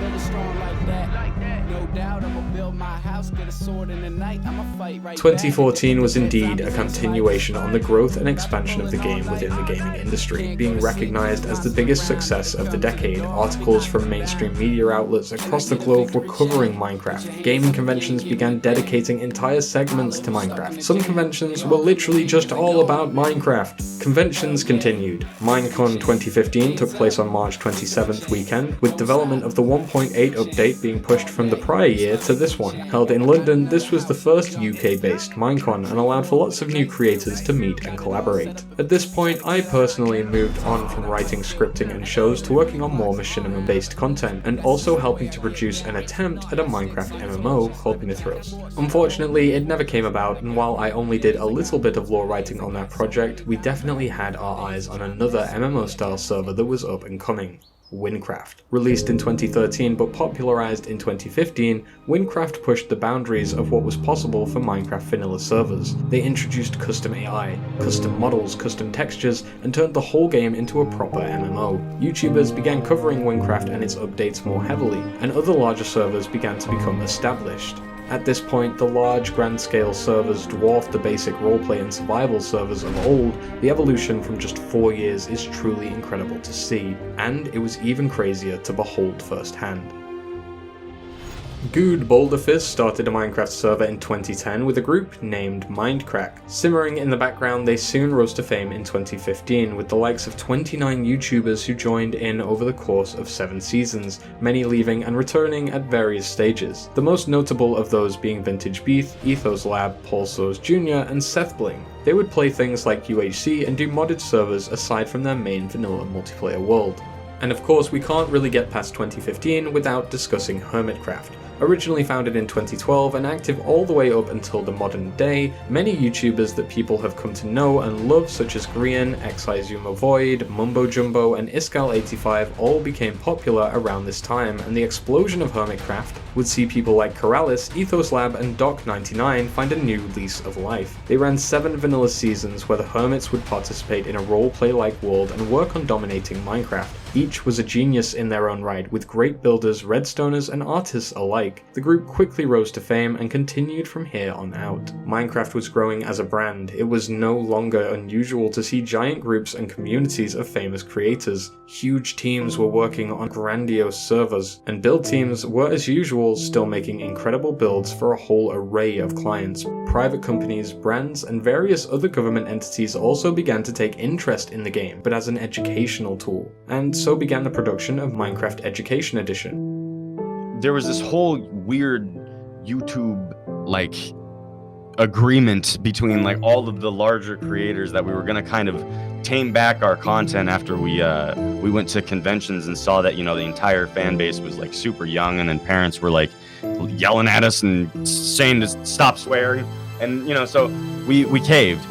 Moving on to 2016. I wanted to draw another line in the sand. At this point, with Microsoft looming over Mojang and a more kid-friendly attitude being adopted for globalized marketing, the next wave of creators soon discovered they would be catering to a younger audience. Especially with YouTube and its troubles, small things like, the ad apocalypse, ensuring that content had to be safe and directed to a younger audience, so that it would be promoted more or at least likely to be more eligible for ads. This caused an entire third wave of Minecraft creators to come about, and while many had already existed, they are classed as the next generation because they really tweaked their content to appeal to that kid-friendly frontier. Players like DanTDM would see immense growth up to and through 2016. iBallistic Squid, Stampy Longnose, and many more just like them seen a large boost in popularity. Some even played the Xbox and Bedrock versions, now able to relate to children who most likely had the console or phone edition, not the PC one. Dan really was a leader of Minecraft modded content, and he also did lots of roleplay, as he took a hold of the young audience and skyrocketed in views and subscribers. He started YouTube on July 14th, 2012, but he hit 10 million subscribers on July 30th, 2016. A huge map also came out around this time called Terra Swoop Force, which was released by the Noxcrew and widely considered to be one of the best adventure maps ever created.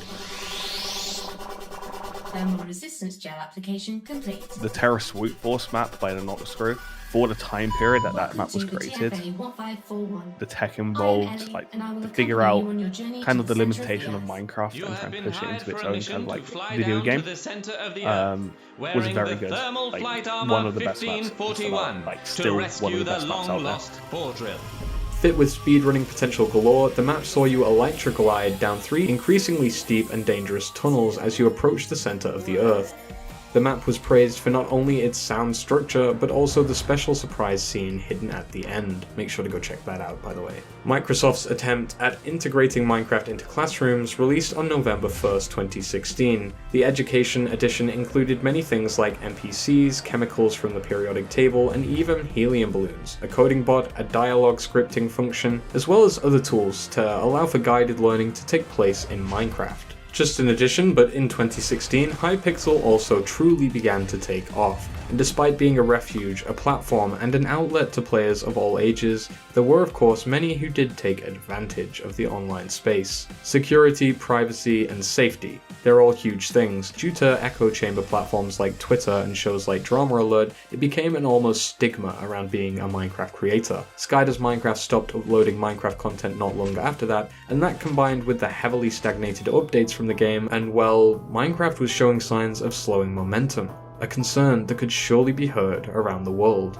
Already at this point, some MC creators had branched off to start covering new releases and games. As the gaming bubble on YouTube grew, Minecraft became less and less of the golden child. It was diluted down and became more of a structural backbone to the gamey flesh that everyone recognized and knew, even if they enjoyed playing at the time or not. Bigger and bigger game releases and even the rise of the platform like Roblox meant that there was now new competition. Literally hundreds of Minecraft creators either switched to making Roblox content because of the added versatility or because they were just straight up getting bored of creating Minecraft content. This of course by no means meant the game was dead though, it was still the most popular game of all time. There was no denying that, and it would have taken a beast, an unexpected miracle of a behemoth to push something like Minecraft out of the spotlight. Fortunately, there's no such thing as a company called Epic Games.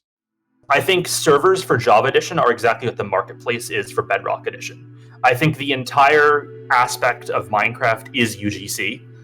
I had this theory, this kind of idea that there was a trinity that existed in the Minecraft community. There was the Minecraft YouTubers, and there was the Minecraft servers, and then there was the Minecraft builders.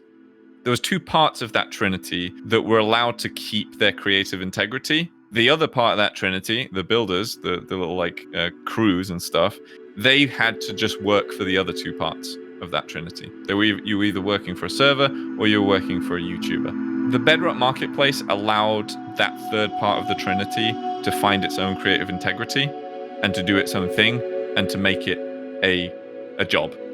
So before we get to the Galactus-sized elephant in the room, let's talk about one good thing that came from 2017. While content was still starting to dwindle, Microsoft announced the Marketplace on April 10th of the year. It was a user-generated content store that would partner with at first 9 of the top build teams and creative groups from the Java space, and the whole thing was planned to be added on the Better Together update. It was then further pushed to Xbox and other devices as they joined the Bedrock Edition lineup. These teams included Noxcrew, Blockception, Blockworks, Razzleberries, Svax, Silverleaf, Imagineverse, Polymaps, and Query the Pie. Minecoins were used, with each one being worth roughly a penny. It allowed users to buy maps, texture packs, skin packs, and other custom community content while reimbursing the community member that made it. The marketplace was a change. It was a creative outlet that allowed existing build teams to monetize their maps and pieces of work, something they had really never been able to do up until now, at least not on the platform. Remember, a large portion of all mods and maps ever created for the Java edition of Minecraft were completely free. For some, seeing Microsoft buy Mojang and then suddenly slap a marketplace onto the side, it looked like a bit of a dirty move, and in fact a lot of creators in general were alienated by the Bedrock edition as a whole. I think without Microsoft kind of intervening with Minecraft, a lot of us wouldn't be here right now. It wouldn't have been viable. The marketplace as an idea is a fantastic idea. It allows people to get access to high quality products most of the time without any issues of viruses, just a really simple way, and also a way for these creators to finally get paid for their work. There's always things you can improve on, for sure, 100%, but the general basis has risen the level of map making in Minecraft from hobbyists to almost, in fact, to game studios in a way that I don't think would have happened naturally at this rate if it wasn't for the marketplace and Microsoft's purchase of Mojang. The maps are if you haven't seen the marketplace, you need to go check out some of the maps, and not just the ones that we've made, the ones that the whole community have made. They are curated very well, and you can find some stuff in there that you wouldn't even imagine it was possible in Java. It doesn't feel like Minecraft anymore. Minecraft is becoming more and more of a gaming engine, and exciting to see how far the game has come since its original launch. I think that's because of the marketplace. Back in the day of trying to get a Java map installed was not the easiest feat, and it was full of its own problems and viruses because of AdFly and blah blah blah. The MC Championship exists because Bedrock Marketplace allowed us to make money. Yeah, we recently, Spark Squared, their map design team, sent us one of their Bedrock maps, and it was this zombie apocalypse map. I think it was simply called Zombies, but it was really well done. It was all on Bedrock, and we kind of mixed it into one of our role plays because we wanted to do a zombie apocalypse little story, and so it just kind of fit that narrative perfectly. Over 2017, more maps and awesome custom adventures, skins, and texture packs were added to the store, and soon we saw the rise of some fairly sizable Bedrock creators like IBX Toycat. Hello, I'm InTheLittleWood, and recently this map was added to the Minecraft. Then after 2016 and 17, once YouTube started to adapt more of a live platform, there was definitely a good audience watching live, but really it started to... I'd say 2016 and 17 was really a weird place where there wasn't really any one type of genre dominating the other in the Minecraft space. 100%. Those were some harder years, and a lot of Minecraft YouTubers jumped ship during those years. So I actually think that it was a big impact. Yeah, I feel like the community felt like as a whole everything was kind of going downhill. So everyone was kind of just like, time to go. And then obviously it didn't take long for it to come back though. So I would say there were two really notable shifts. Informative tutorial style content that was very calm and collected to the minigame, craze. And then I decided to shift back because, again, I wasn't liking the content that I was releasing. It was almost 4 years ago to the day. I knew that I needed to make some kind of a change on YouTube, but I had no idea what it was. Sort of escaped YouTube and the internet and life in general for a good month, road trip the country just because I had always wanted to do that. When I got back from that trip, I knew that I still liked doing YouTube, but what I had, the style in which I did it had to change, but I had no idea how I wanted to change it. I was thinking maybe I want to get into live streaming. I don't know. Some people may not be aware of this, but there was an old series I used to make called Hunt for the Golden Apple back in the old days of Minecraft. And in November of 2015, I decided to live stream that series because I was thinking, if I do 2 to 6 hours at a time, I could get done 20 times as much as I can in one episode of the series. But I thought to myself, what if I script every video? And as soon as I asked myself that question, like, that's when the wall came down. Then, one sweet September fortnight, came Fortnite. This new battle royale, which you may have heard of once or twice in the last couple of years, dropped harder than almost any other game we've seen before, yes, rivaling even that of Minecraft. In fact, Fortnite's spike in players directly impacted Minecraft's user base. The biggest server at the time, Hypixel, yeah, almost their entire player base left. The server nearly died. The Fortnite spike was so heavy that it dragged YouTube channels with it too. In some ways, it was a reflection of a player growing up or moving on to different game styles. But in all honesty, you can see a lot of similarities between games like Fortnite and the very first survival game map that all those creators played back in 2012. With Fortnite becoming the main player for the remainder of the year, Minecraft was essentially dethroned, and albeit not by much, there was still plenty of views in Minecraft provided you had the know-how, but Fortnite was just too much of a good opportunity for some content creators to pass up. Some naturally moved on, and some creators even became Twitch streamers full-time, thanks to live streaming itself becoming so dominant by this point in the decade. Another contributor to the lack of Minecraft hype was the 1.10 and 1.11 updates for Minecraft that released on June 8th, 2016 and November 14th, 2016 respectively. They weren't received too greatly and were mostly considered safe plays. They were underwhelming and lacked content. Other than that, not too much more happened in 2017. Although admittedly I had been quite distant as I was working a lot myself at the time, at the very end of the year, having visited a few UK-based conventions myself such as Insomnia, I ended up working for JeromeASF to create a network of cool roleplay-based channels. See, roleplay was still keeping a fairly consistent viewership, and we launched Farmyard Friends and 3 other sister channels not long after the start of 2018.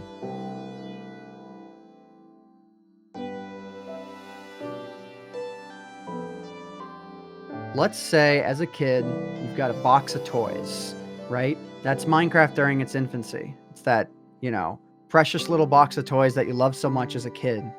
And then you turn into a teenager, and suddenly none of those toys seem interesting to you at all. If anything, they're repulsive. That's why, in my opinion, Minecraft died off for as long as it did. It never really died off completely, but like the interest in the game was a lot less than it had ever been. Everyone was saying Minecraft was dead. Like, that was a common phrase, even though it was never true. And then 2018 rolled around, and to me, 2018 was the equivalent of being a college student and discovering your old box of toys. And while you're not going to look at them the same as you did when you were a kid, you're not repulsed by them because you're by that point, like, you're too mature, you're too old to really be repulsed by such silly things. And with Minecraft, those people are finding a new joy in the game again. So Minecraft in a sense is it's not a game for adults, but it's a game that has grown up and people have grown up with it. And now I'm not saying that all the people who play Minecraft these days are, people in their late 20s and 30s and whatnot, like I am, but I think that those who were like ashamed of the game back then because, it's just a kid's game, I think they've grown out of that. So now everyone can enjoy the game equally. Plus, there's so many communities. It's not just survival and minigames. It's not just survival. Everyone can have their own niche corner, and we can all exist happily in our own niche corner. There are communities that might cater more towards a younger audience. And then there are communities that cater more towards older audiences. I mean, you could ask if you were to ask a random 10 to 13-year-old, most of them anyways, the intricacies of the Hermitcraft and Prototech community, they wouldn't be able to tell you anything, and that's okay. So Minecraft is a very mature game in that sense because everyone can enjoy it, and that's definitely, I guess, where the difference is now versus where it was 8 years ago.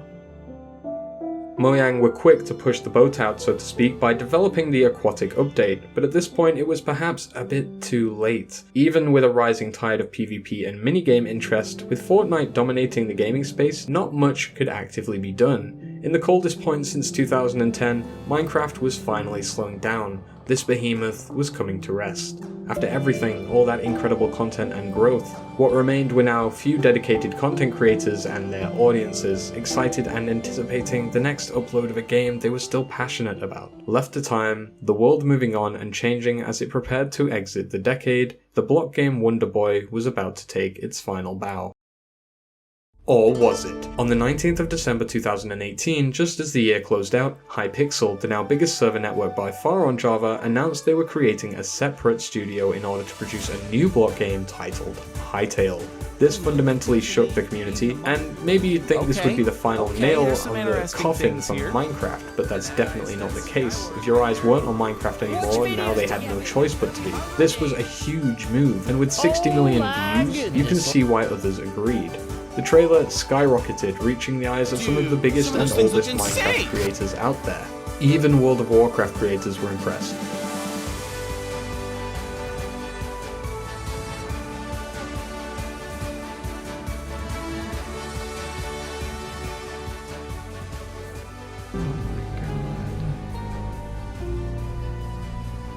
You know, the worst thing about this is, like, what if it's actually good? The game was promising, reminiscent of an environment we all knew and loved, had grown up in, reimagined, reinvented, potentially the next step in the genre, and even gaming as a whole. With this promise of modding, scripting, a large array of customization tools, and a server economy to come, the spark for block games was reignited.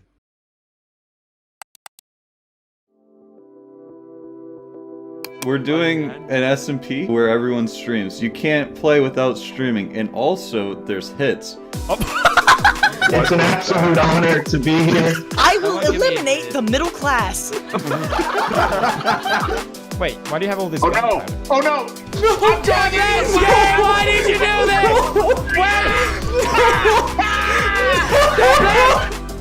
No! That is, what is that thing? That is, I thought that was a tree.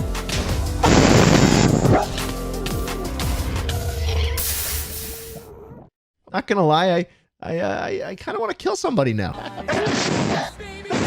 Alright, good night, gamer. I want to show you my funness, okay? What? I've spent the last 4 years looking for my ex-girlfriend's killer. Microsoft took away girlfriend mod. Oh, this is disgusting. I hate this. Every part of this is wrong. Get in the water. Nope, that's not okay. Oh my god. Hashtag PewDiePie release your seed. Okay, no, that sounds wrong. Dude, there's a dog thing. Hey, dog. I love you. Oldest anarchy server in Minecraft. Whoa! Oh, somebody helped me! With no release date in sight, eyes were back on Minecraft for the time being, however, and despite announcing Hytale, Hypixel Studios decided they would still be running their Minecraft server. In fact, they doubled down from this point on, releasing more game modes that the community went crazy for. Obvious comparisons were obvious, but amongst that were genuinely excited creators looking for a potential future with content for both games. Hypixel recently released their own unique take on the skyblock genre. So basically you spawn on your own island, you cut down a tree, you bridge over to the other island, and then you log into Wincraft. If I go check our balance, we have about 21 million coins. If I were to ask someone what the best weapon in Skyblock is, they would probably say a 50mm Midas sword. 50 million. Oh my god, my heart's racing. Thank goodness. I'm just drop it. No, it was an accident. I feel like you don't understand how close the void is right now, and how cool it would be to do a 50 million cost MLG trick shot. I'm addicted to Hypixel Skyblock. 1 million. As I'm sure a lot of you guys already know, I did get banned on Hypixel. We're going to sell everything. I cracked the secret to making unlimited cobblestone. Oh my god, they're getting flexed on. What purpose do I have to play this game? My quest is to make the most powerful wooden sword in Hypixel Skyblock. 82,000. When I first made this grinder, I thought that I was trapping the skeletons, but now I realize I was only trapping myself. Features were being compared, criticized, conversations were being had again, and just like that, Minecraft was almost more or less back. It just took a little push from some of the newer guys on the block. You know, just one or two. No! Really? Was that damage, my guy? Oh! Look out, look out! No! Oh, this is beautiful. They're already killing each other. Weak! Say it with me. Gaming weak. A guardian farm. Our house is on the move. Wait, here we go. Sneak, snag, under. He's just looking at me as I play it. He's not saying anything. Oh no. I can only crouch like this, jump like this, run like this, and mine like... Come out behind me.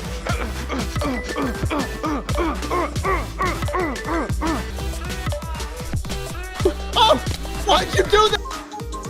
He died! Yeah! It was me the entire time! 2018 and 19 was really a resurgence for Minecraft, where I would say the content that really started to take off was newer types of mods or data packs, things of that nature that, you know, people hadn't seen before. So like, as a for instance, in late 2019, we had the Scramblecraft mod pack take off, and that was huge for a lot of YouTubers, where it basically took Minecraft and all the recipes were completely scrambled. Nothing was the same. And there were many other data packs like this out there that I guess created like a new entire genre of content for people to make. And then after that point, now in 2020, we're still kind of in this era of data packs, but people have taken it a step further, where you have genuine superstars like Dream out there who make their own data packs, play on them, and push them out to a larger audience. And I would say right now we're 100% in the era of data packs. And also there's another genre in Minecraft that's really boomed. It's been around forever. Like, I remember making videos on this back in like 2012 and 2013, where people just make videos versing a bunch of fans, like 100 fans or whatever. But now out of nowhere, people, same thing, rock stars like Skeppy are just crushing it, where that's the big thing for them right now. So I guess it's divided really between large scale battle or challenge content and new data packs. That's really what's kind of the trends right now. Like most resurrection stories, Minecraft's rebirth is shrouded in mystery, with many debating the source of the resurgence, and I agree, it's definitely hard to pinpoint a specific moment, but we can explore some of the biggest reasons and how they all began to cascade into a larger snowball effect that brought the game back into fashion. Other than the added hype from Hytale, Call Me Carson created an event known as SMP Live on March 1st, 2019. A basic server where players would stream their perspective when online. This garnered attention, partly due to Carson having a large influence, and in part due to Minecraft being a bit of a meme at the time. Despite this, there were still many hardcore viewers and fans willing to watch along as he played with J-Schlatt and Cooper. Dolan Dark and Grande can be thanked for some of the amazing Minecraft meme work that they did during the Desolate period, and this guy here gets a gold star for producing some of the best Minecraft parodies out there. SkyDoesMinecraft returned to cover some more Minecraft content with his old buds at this point, and even the king of content himself, PewDiePie, began a Let's Play, much to the adoration of his fans. You can see why all of this alone was causing a stir, with more relevant streamers requesting to join SMP Live. An SMP Earth server eventually went up later that year, a larger multiplayer version hosted by Chipple Dipple. This whole thing took place on a 1 to 3000 scale map of the Earth, and there are many notable players that took part, such as Captain Sparkles, Call Me Carson, Technoblade, AntVenom, Thilza, Quackity, Voiceover Pete, and Tobuscus.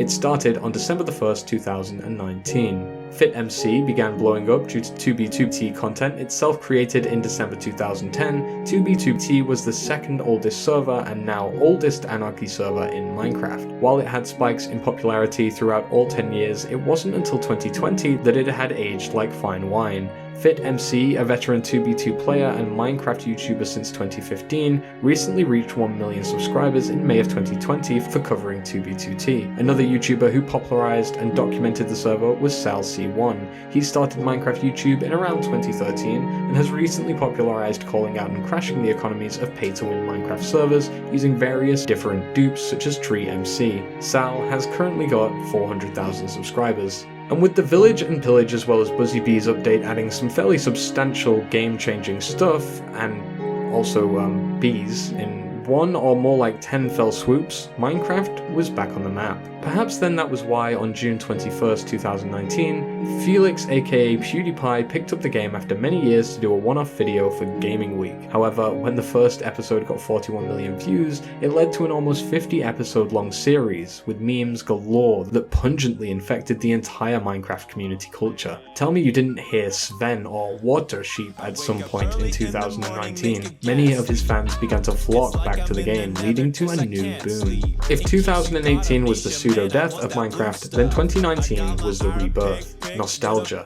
challenge videos, players streaming their servers and having fans join, even some bigger community tournaments, the likes of which hadn't been widely broadcasted in almost half a decade.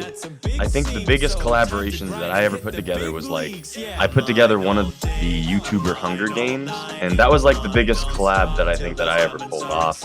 And then the average standard for large collabs was back in the day when, you know, like when we were going to be doing a Minecraft event, it probably wasn't Keemstar hosting it. It was probably someone from the community.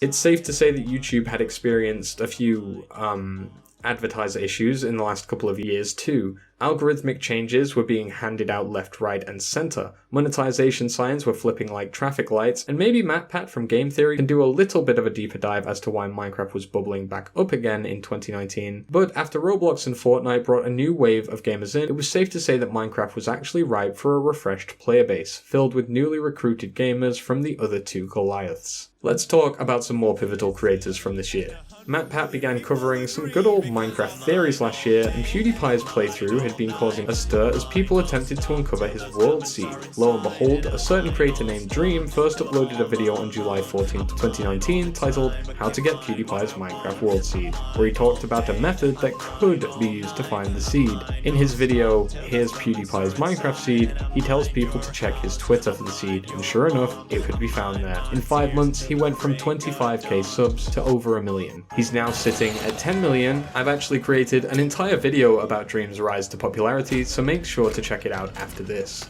Yeah, that reminds me so much of like when I first popped off. Because remember, back in the day, I was getting like 1 million subscribers a month.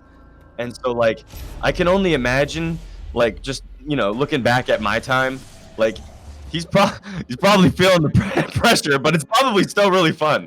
So like, I remember back when before everything started getting like a little businessy on my end, like right where Dream is right now is when it was the most exciting in my entire career.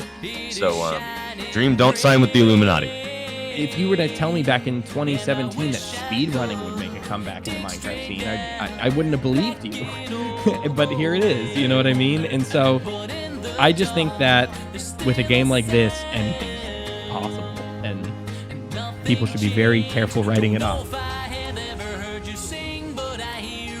Everyone's childhood heroes are here, and I'm gonna stab all of them. Technoblade, considered by many another incredible player. In fact, one of the top PvPers, like, ever. He joined YouTube on October 28th, 2013, but rose to fame after winning 4 Minecraft Monday weeks, and since, he has also won a Minecraft Championship too. He has killed Defec and Hypixel, the owners of Mineplex and Hypixel respectively, and is commonly referred to as the best Bed Wars player, holding the win streak record of 1,400 matches. He currently has 2.5 million subscribers and counting. Luke the Notable began uploading his Surviving for 100, 200, and 1,000 day series, and RT Game shot up in views, part in thanks to his community streams that saw him invite viewers onto a live server build grid. Just flying around and observing the creations was enough. Good luck. Skeppy had joined YouTube in 2015, but at 3 million subscribers now, you can see why his trends of 100 Minecraft players do certain thing blew up. Revolving around his position as owner of a server, he would troll players or allow them to all participate in a single large event or challenge, with the scale of it all being the main entertainment. All of these charismatic people, all playing Minecraft again, all in communities and starting to band together on SMP servers. It almost feels like history repeats itself, doesn't it? And before we talk about the return of tournaments, let's discuss Fortnite, because that still totally exists. Thing is, after 10 seasons and pushing on 2 years, some players were starting to get bored. Fortnite launched its next chapter, a massive update that revamped most things in the game, but in a way, this also acted as a bit of a jumping off point for some players, almost a deterrent, as we saw many players begin revisiting Minecraft. During this time, 2 large tournaments popped up. First was Minecraft Monday, hosted by Keemstar. It featured many popular internet personalities such as Ninja, James Charles, PewDiePie, Call Me Carson, and Mr. Beast. It would feature many different minigames with a scoring system, and teams would compete to hold the highest score to win a cash prize. Minecraft Championships was another event that rose up towards the back end of the year. Hosted by Noxcrew, it featured many of the creators from Minecraft Mondays and the wider Minecraft community, acting as a spiritual successor to their original Noxcrew game show. We didn't actually set out to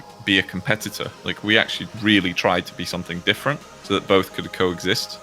You could watch MCC on the Saturday, and you could then watch MC Mondays every week on the Monday, right? So we just wanted to make something a bit more special and exclusive, and completely different. And that's why, you know, we went back and took things like the Decision Dome and threw that in, and But I think Minecraft Mondays had a really interesting format where that was me discovering that there really is a market for like live content like that. And that's the way that people are really loving to watch it. I was like, damn, that's almost like an esport, right? Like how those are watched. And I've been there and kind of watched League of Legends Worlds and stuff when that comes around every year. And it's incredibly exciting. So I thought like, if we take a little bit of inspiration of that sort of live format that Minecraft Mondays was doing very well, and we marry it with a lot of Noxcrew Game Show's original ideas, we can actually create something completely like different and unique enough that both could coexist. And then obviously you had Minecraft Saturdays, which eventually came into Minecraft Ultimate, and that was, you know, its own unique thing. And that was really cool. Like, I just love the idea of a lot of cool, like different, unique Minecraft events like that. Shout out also to the amazing event called Minecraft Ultimate. Originally titled Minecraft Saturdays, the event was found by PikaClicks and his team, and is a Minecraft Hunger Games tournament that features over 250 players. Finally, to top it off, a huge mod pack called RL Craft dropped, challenging players to really become masters of the hardcore and mod pack alike. Many players returned to Minecraft with an RL Craft series, and before long, the block game was truly back on the rise, and as we charged towards 2020, feeling more invigorated than ever before.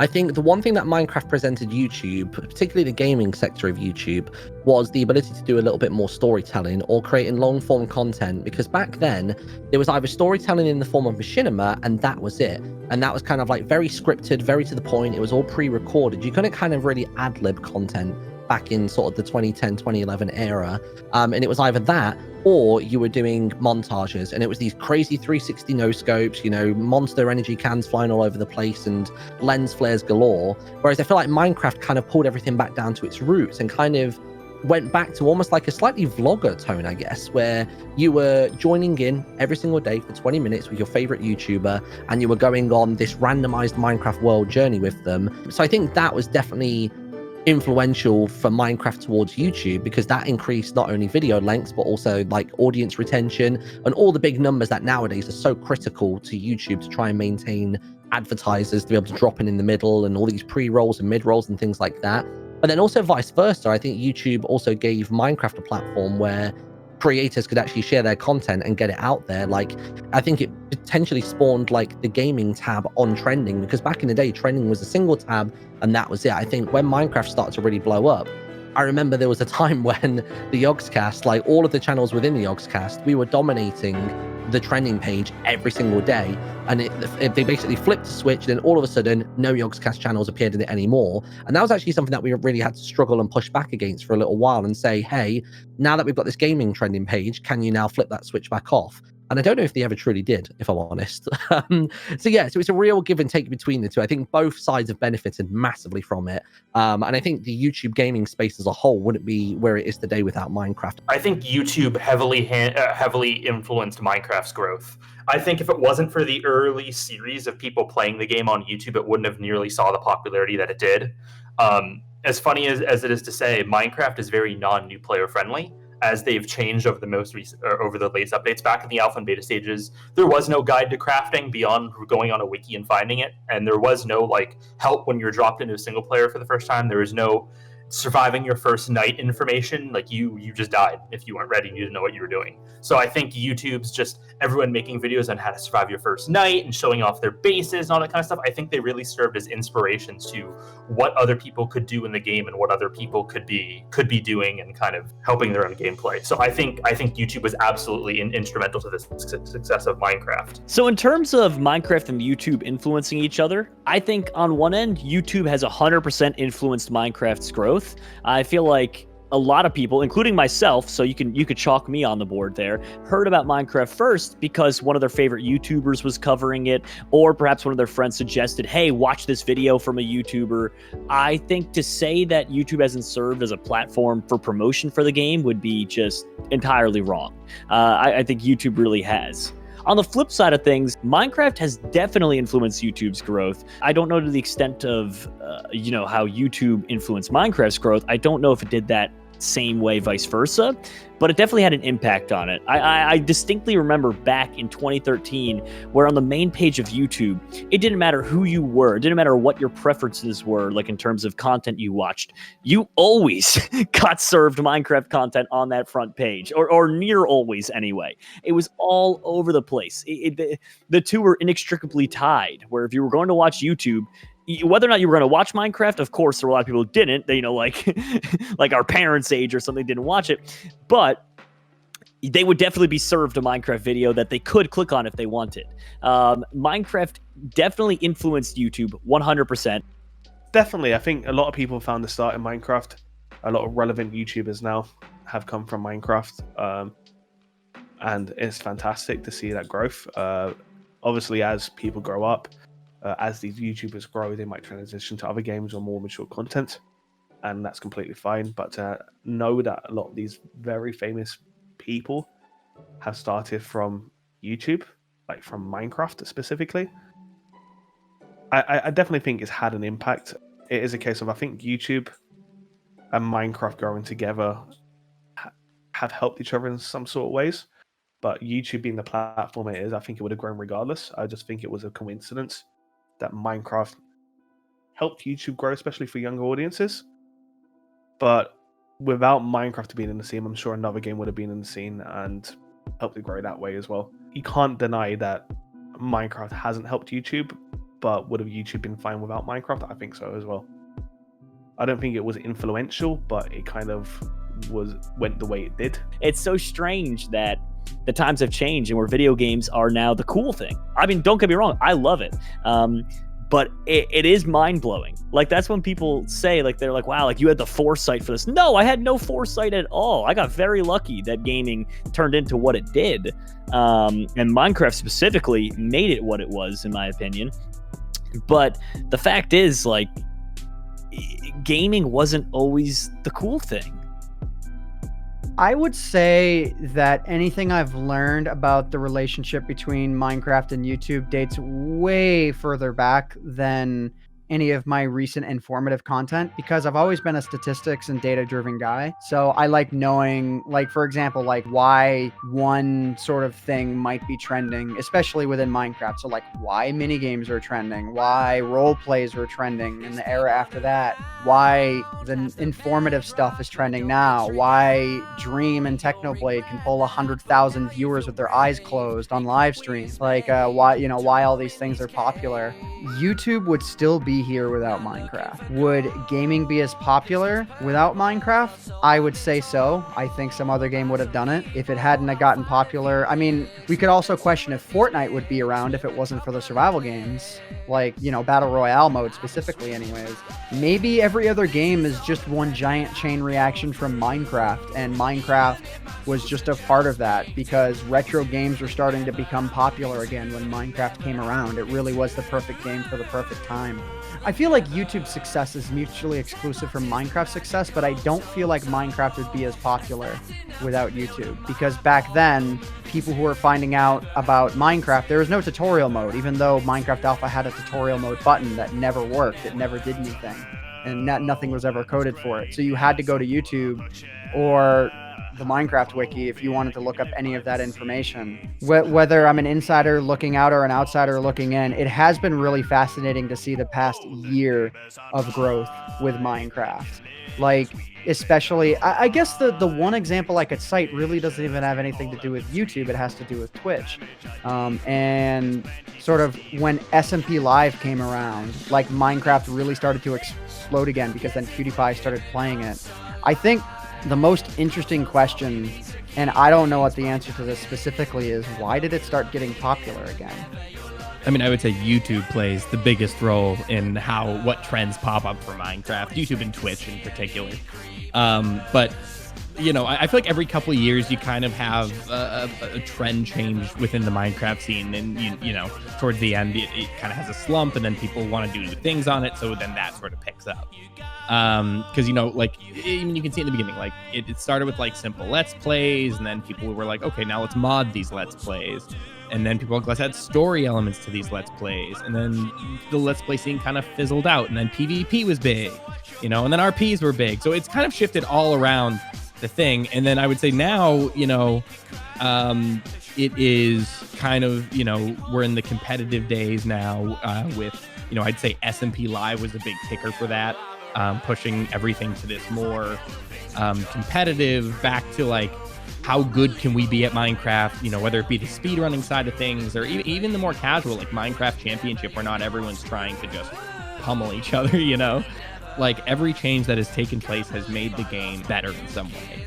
And I think the people are just going to keep doing that. You know, eventually speedrunning, which is the hot thing now, isn't going to be hot in a couple of years. Something else will be. And, you know, the community will just shift with it. It's kind of hard to predict what'll come next. I think when it comes to growth between the two platforms, I think it's 100% a mutual exchange. And they chose, you know, Minecraft to be the virtual Eden of the internet. It can definitely fill the role. And so everyone used that as the I guess catalyst and as the central hub for creating anything and everything they could possibly imagine and sharing it with everyone else. And so when they did that, you know, they wound up creating something that I don't think anyone could ever possibly match. And when YouTube got to be the camera lens for that entire, you know, world going down, then like it was only natural that the two would completely build off of each other. Do I think that YouTube probably would have survived regardless without Minecraft? Probably. Would it have gotten anywhere near the level it is now? Probably not. I think that the Minecraft community at one point in time was genuinely becoming a full-fledged pillar of the YouTube community. And the issue with that is, you know, when you create a giant skyscraper where everyone can possibly have a cubicle, you wind up with people who try to take over full floors. And I definitely was a person like that when I went, you know, business end. Like at the end of the day, I'm not anymore. And gosh, I'm so much happier. Holy crap. I think what a lot of people forget is that, you know, the internet has been around long enough to where it's developed an entire culture. And so Minecraft is undoubtedly part of that culture now.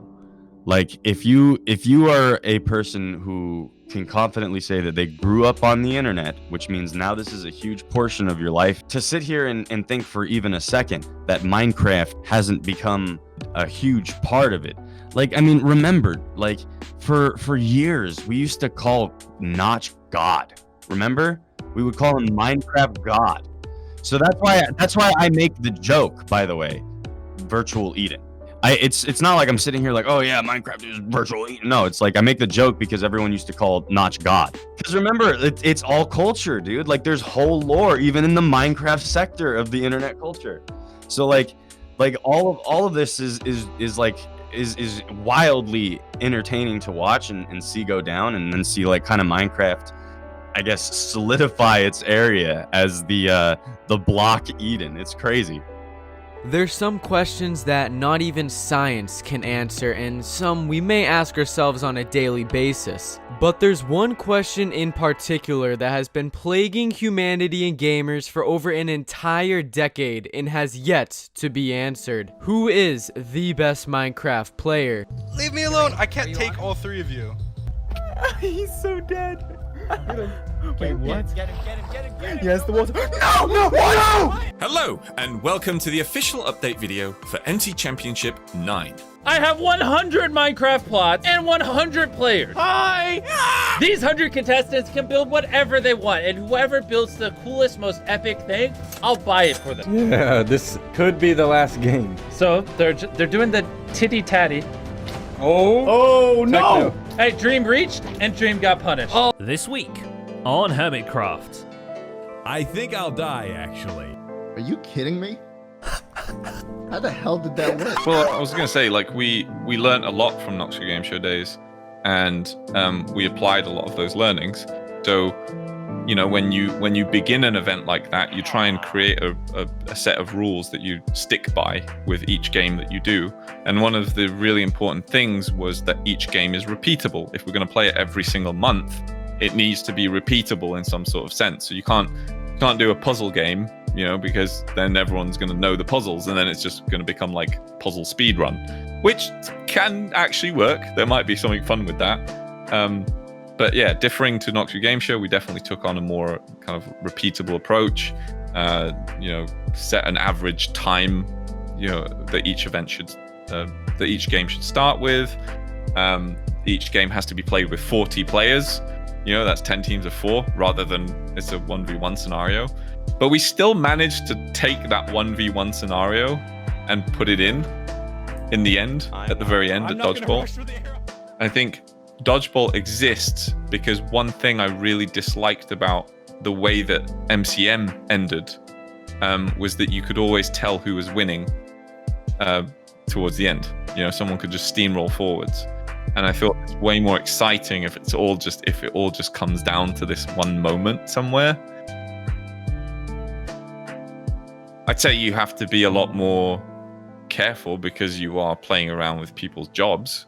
Like, you definitely want to ensure that your event isn't breaking, because that's the people who are streaming, they're doing that for their job. So put on a damn good show.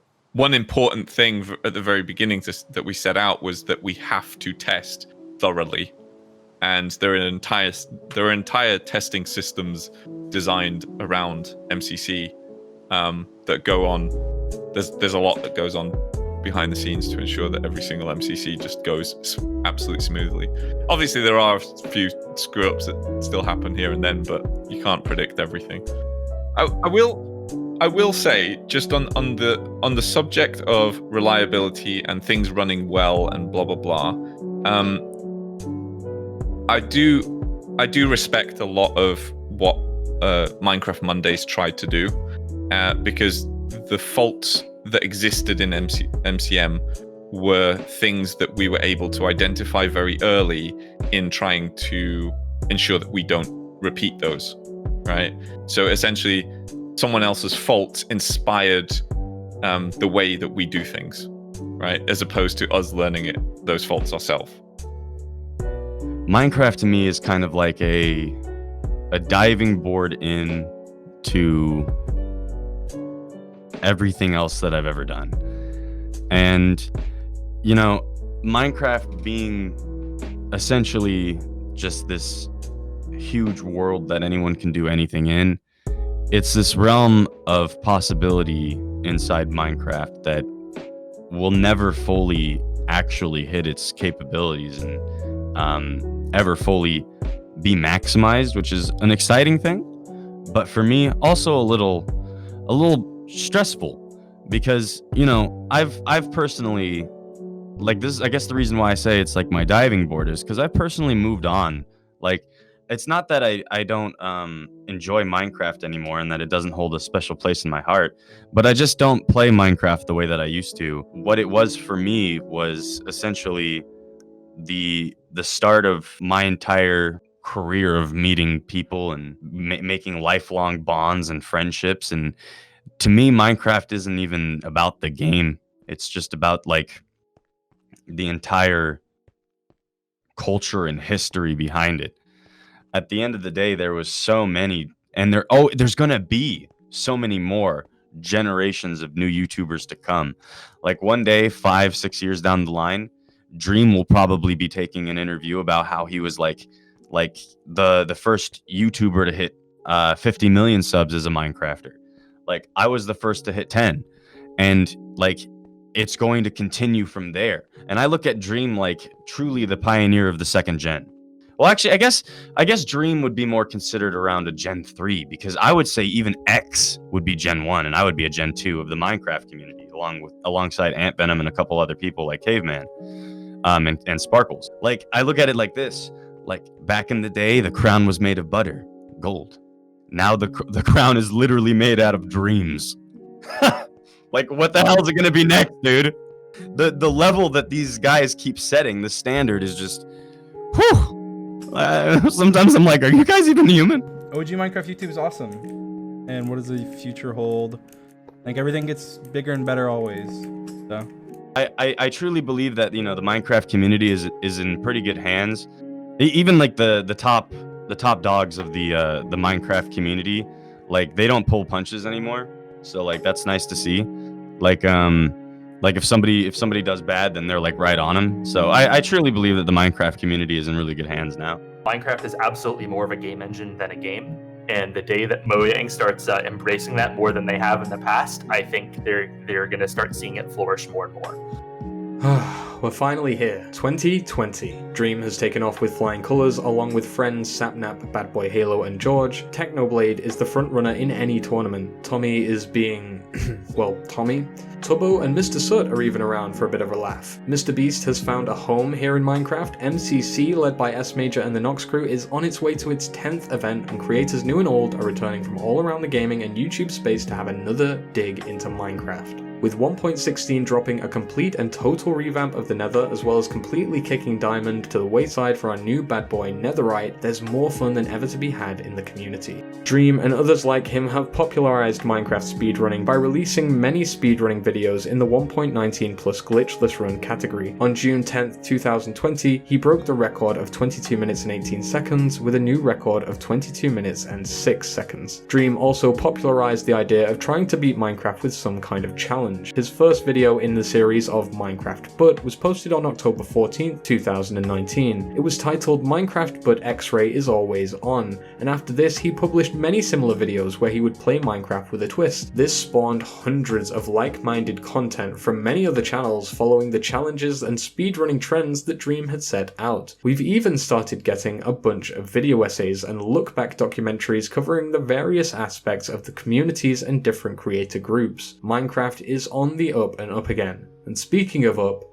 I think now we're pretty much all caught up. No matter the year we picked up Minecraft or started watching, we've all been affected by it, directly and indirectly. Nowadays we have a wide space for all genres of game here on the YouTube platform, with large variation between individual creators and enough room for everyone. But hopefully now you have a better idea of just how significant Minecraft was in paving the way for the creators of today. An open, infinite sandbox world conceived by one man, made reality by a team, a video platform, and the passion of millions. There was infinite expanse to seize, and that's exactly what we did. Minecraft is a game full of infinite wonder and endless possibilities. It's digital Legos that anyone can enjoy for any reason, whether you're a builder, whether you're a survivalist, whether you enjoy the technical side of the game, whether you enjoy breaking the game. I mean, there's so much there to enjoy. I mean, I'll be honest, because as a creator, player, and platform, it can all be summarized into one thing. And a few games fall into this category, but Minecraft is one of the bigger ones for this, and it kind of represents freedom. And I mean this, and it sounds silly, but you can do almost anything in the game. There are very few limitations on the game, you know what I mean? You can build anything, engineer anything, literally code anything now. And so from a creator standpoint, obviously, I can create almost any type of content I want using the game as more of a platform even, or an engine, if you will. But I think it's just because the game gives you the ability to do so much. Minecraft's like, it's this video game that accidentally caused us all to release that inner creative child that we all have. And because of the accessibility of Minecraft and because of the accessibility of the internet, we can all share it like so easily. I get to hang out with my online friends. I get to meet up with them. I get to meet up with fans and play alongside them. Minecraft is just such a special thing. It's something that no other generation has ever had. It's something that I don't think is paralleled by anything. Even Fortnite. Like, Fortnite touches on a different aspect of things, and Fortnite is influential, but it doesn't fill that same void that Minecraft does. Minecraft allows you to be creative, free. I mean, there's literally like endless amounts of content in that game, or near to it anyway. There's over 100,000 mods. There's probably millions of maps out there. There's tens of millions of Minecraft skins that people can apply. I'm going to throw a number and say thousands of servers, maybe even 10,000 plus servers people can connect to. There's so many ways to play the game. I don't think in one lifetime you could play it all. I think Minecraft, for me, just means expression. You can play it by yourself, you can play it with friends, you can play it with strangers, there's servers, there's mods. Like, it genuinely is limitless. Like, it is the Lego set of our generation. And I feel like everything's had a knock-on effect following that. Like, I think having the survival games and the Hunger Games, I think that almost definitely inspired the likes of Fortnite and H1Z1. They saw these people doing these Hunger Games, like the old Dennis Farida maps, you know, which was like the third map. I remember there was a huge kind of like multi-channel thing that happened, and then that spawned future events and future servers. I just think, yeah, the expression that Minecraft allows you to have is unrivaled by anything else. I think it would take something really special to try and take that shine away from it, because you can turn it into an FPS, you can turn it into an RPG, you can turn it back into a racer, particularly with things like the Bedrock version now, and models and coding becoming a lot more streamlined. It's just a sandbox that just continues to get sandier. Like, the waters are cleared, we're on the ocean bed, and the world is just endless, and I think it's great. I think it's perfect. I think it's really simple, and it just goes back to the original Minecraft trailer, which is, let's go to a place where everything is made of blocks and the only limit is your imagination. I think that trailer really embodies kind of what Minecraft is. So where will Hytale fit into this vast and constantly evolving puzzle? How will the new block game compete or change the way in which we think about the genre? And how will we use what we've learned from the past decade going forward? Of course, only time will tell, but the promise of modding, full environmental customization, server hosting, script writing, filmmaking, and much more, it's safe to say they've thought a lot about it. If you've took the time to watch this video and are interested to see what will become of Hytale from here on out, or even want to see the occasional Minecraft video, then make sure to subscribe to the channel. We're shooting towards 20k real quick, and all that support so far has been overwhelming. I appreciate you all for motivating me to create content and develop a channel that I truly enjoy. If you want to join thousands of Minecraft and Hytale enthusiasts such as yourself, then make sure to join the Quebec Corner Discord. Thank you for liking, subscribing, and don't forget to check out Core. It's completely free, just go visit coregames.com or click my link in the description. And before we close out, I just wanted to provide a little quote I made up that I think best represents what Minecraft means to me. Harkening all the way back to those sweet poetic quotes that once caught my eye in X's adventures, Minecraft isn't just a game. It's a platform that represents our thoughts, hopes, and dreams. It's a staple of our history, a display of our creative integrity, our world's built experiences, our art, a hallmark of a brilliant and unbridled capacity for connection. The friends made, companies founded, icons erected, educational events, maps, memes, music, movies, merchandise, collected all in block form. Minecraft is a movement, an ever-flowing symbol of a generation who wanted to explore and build, who wanted to mine and craft. Thanks, as always, for watching Quebec Corner. Stay safe and keep free.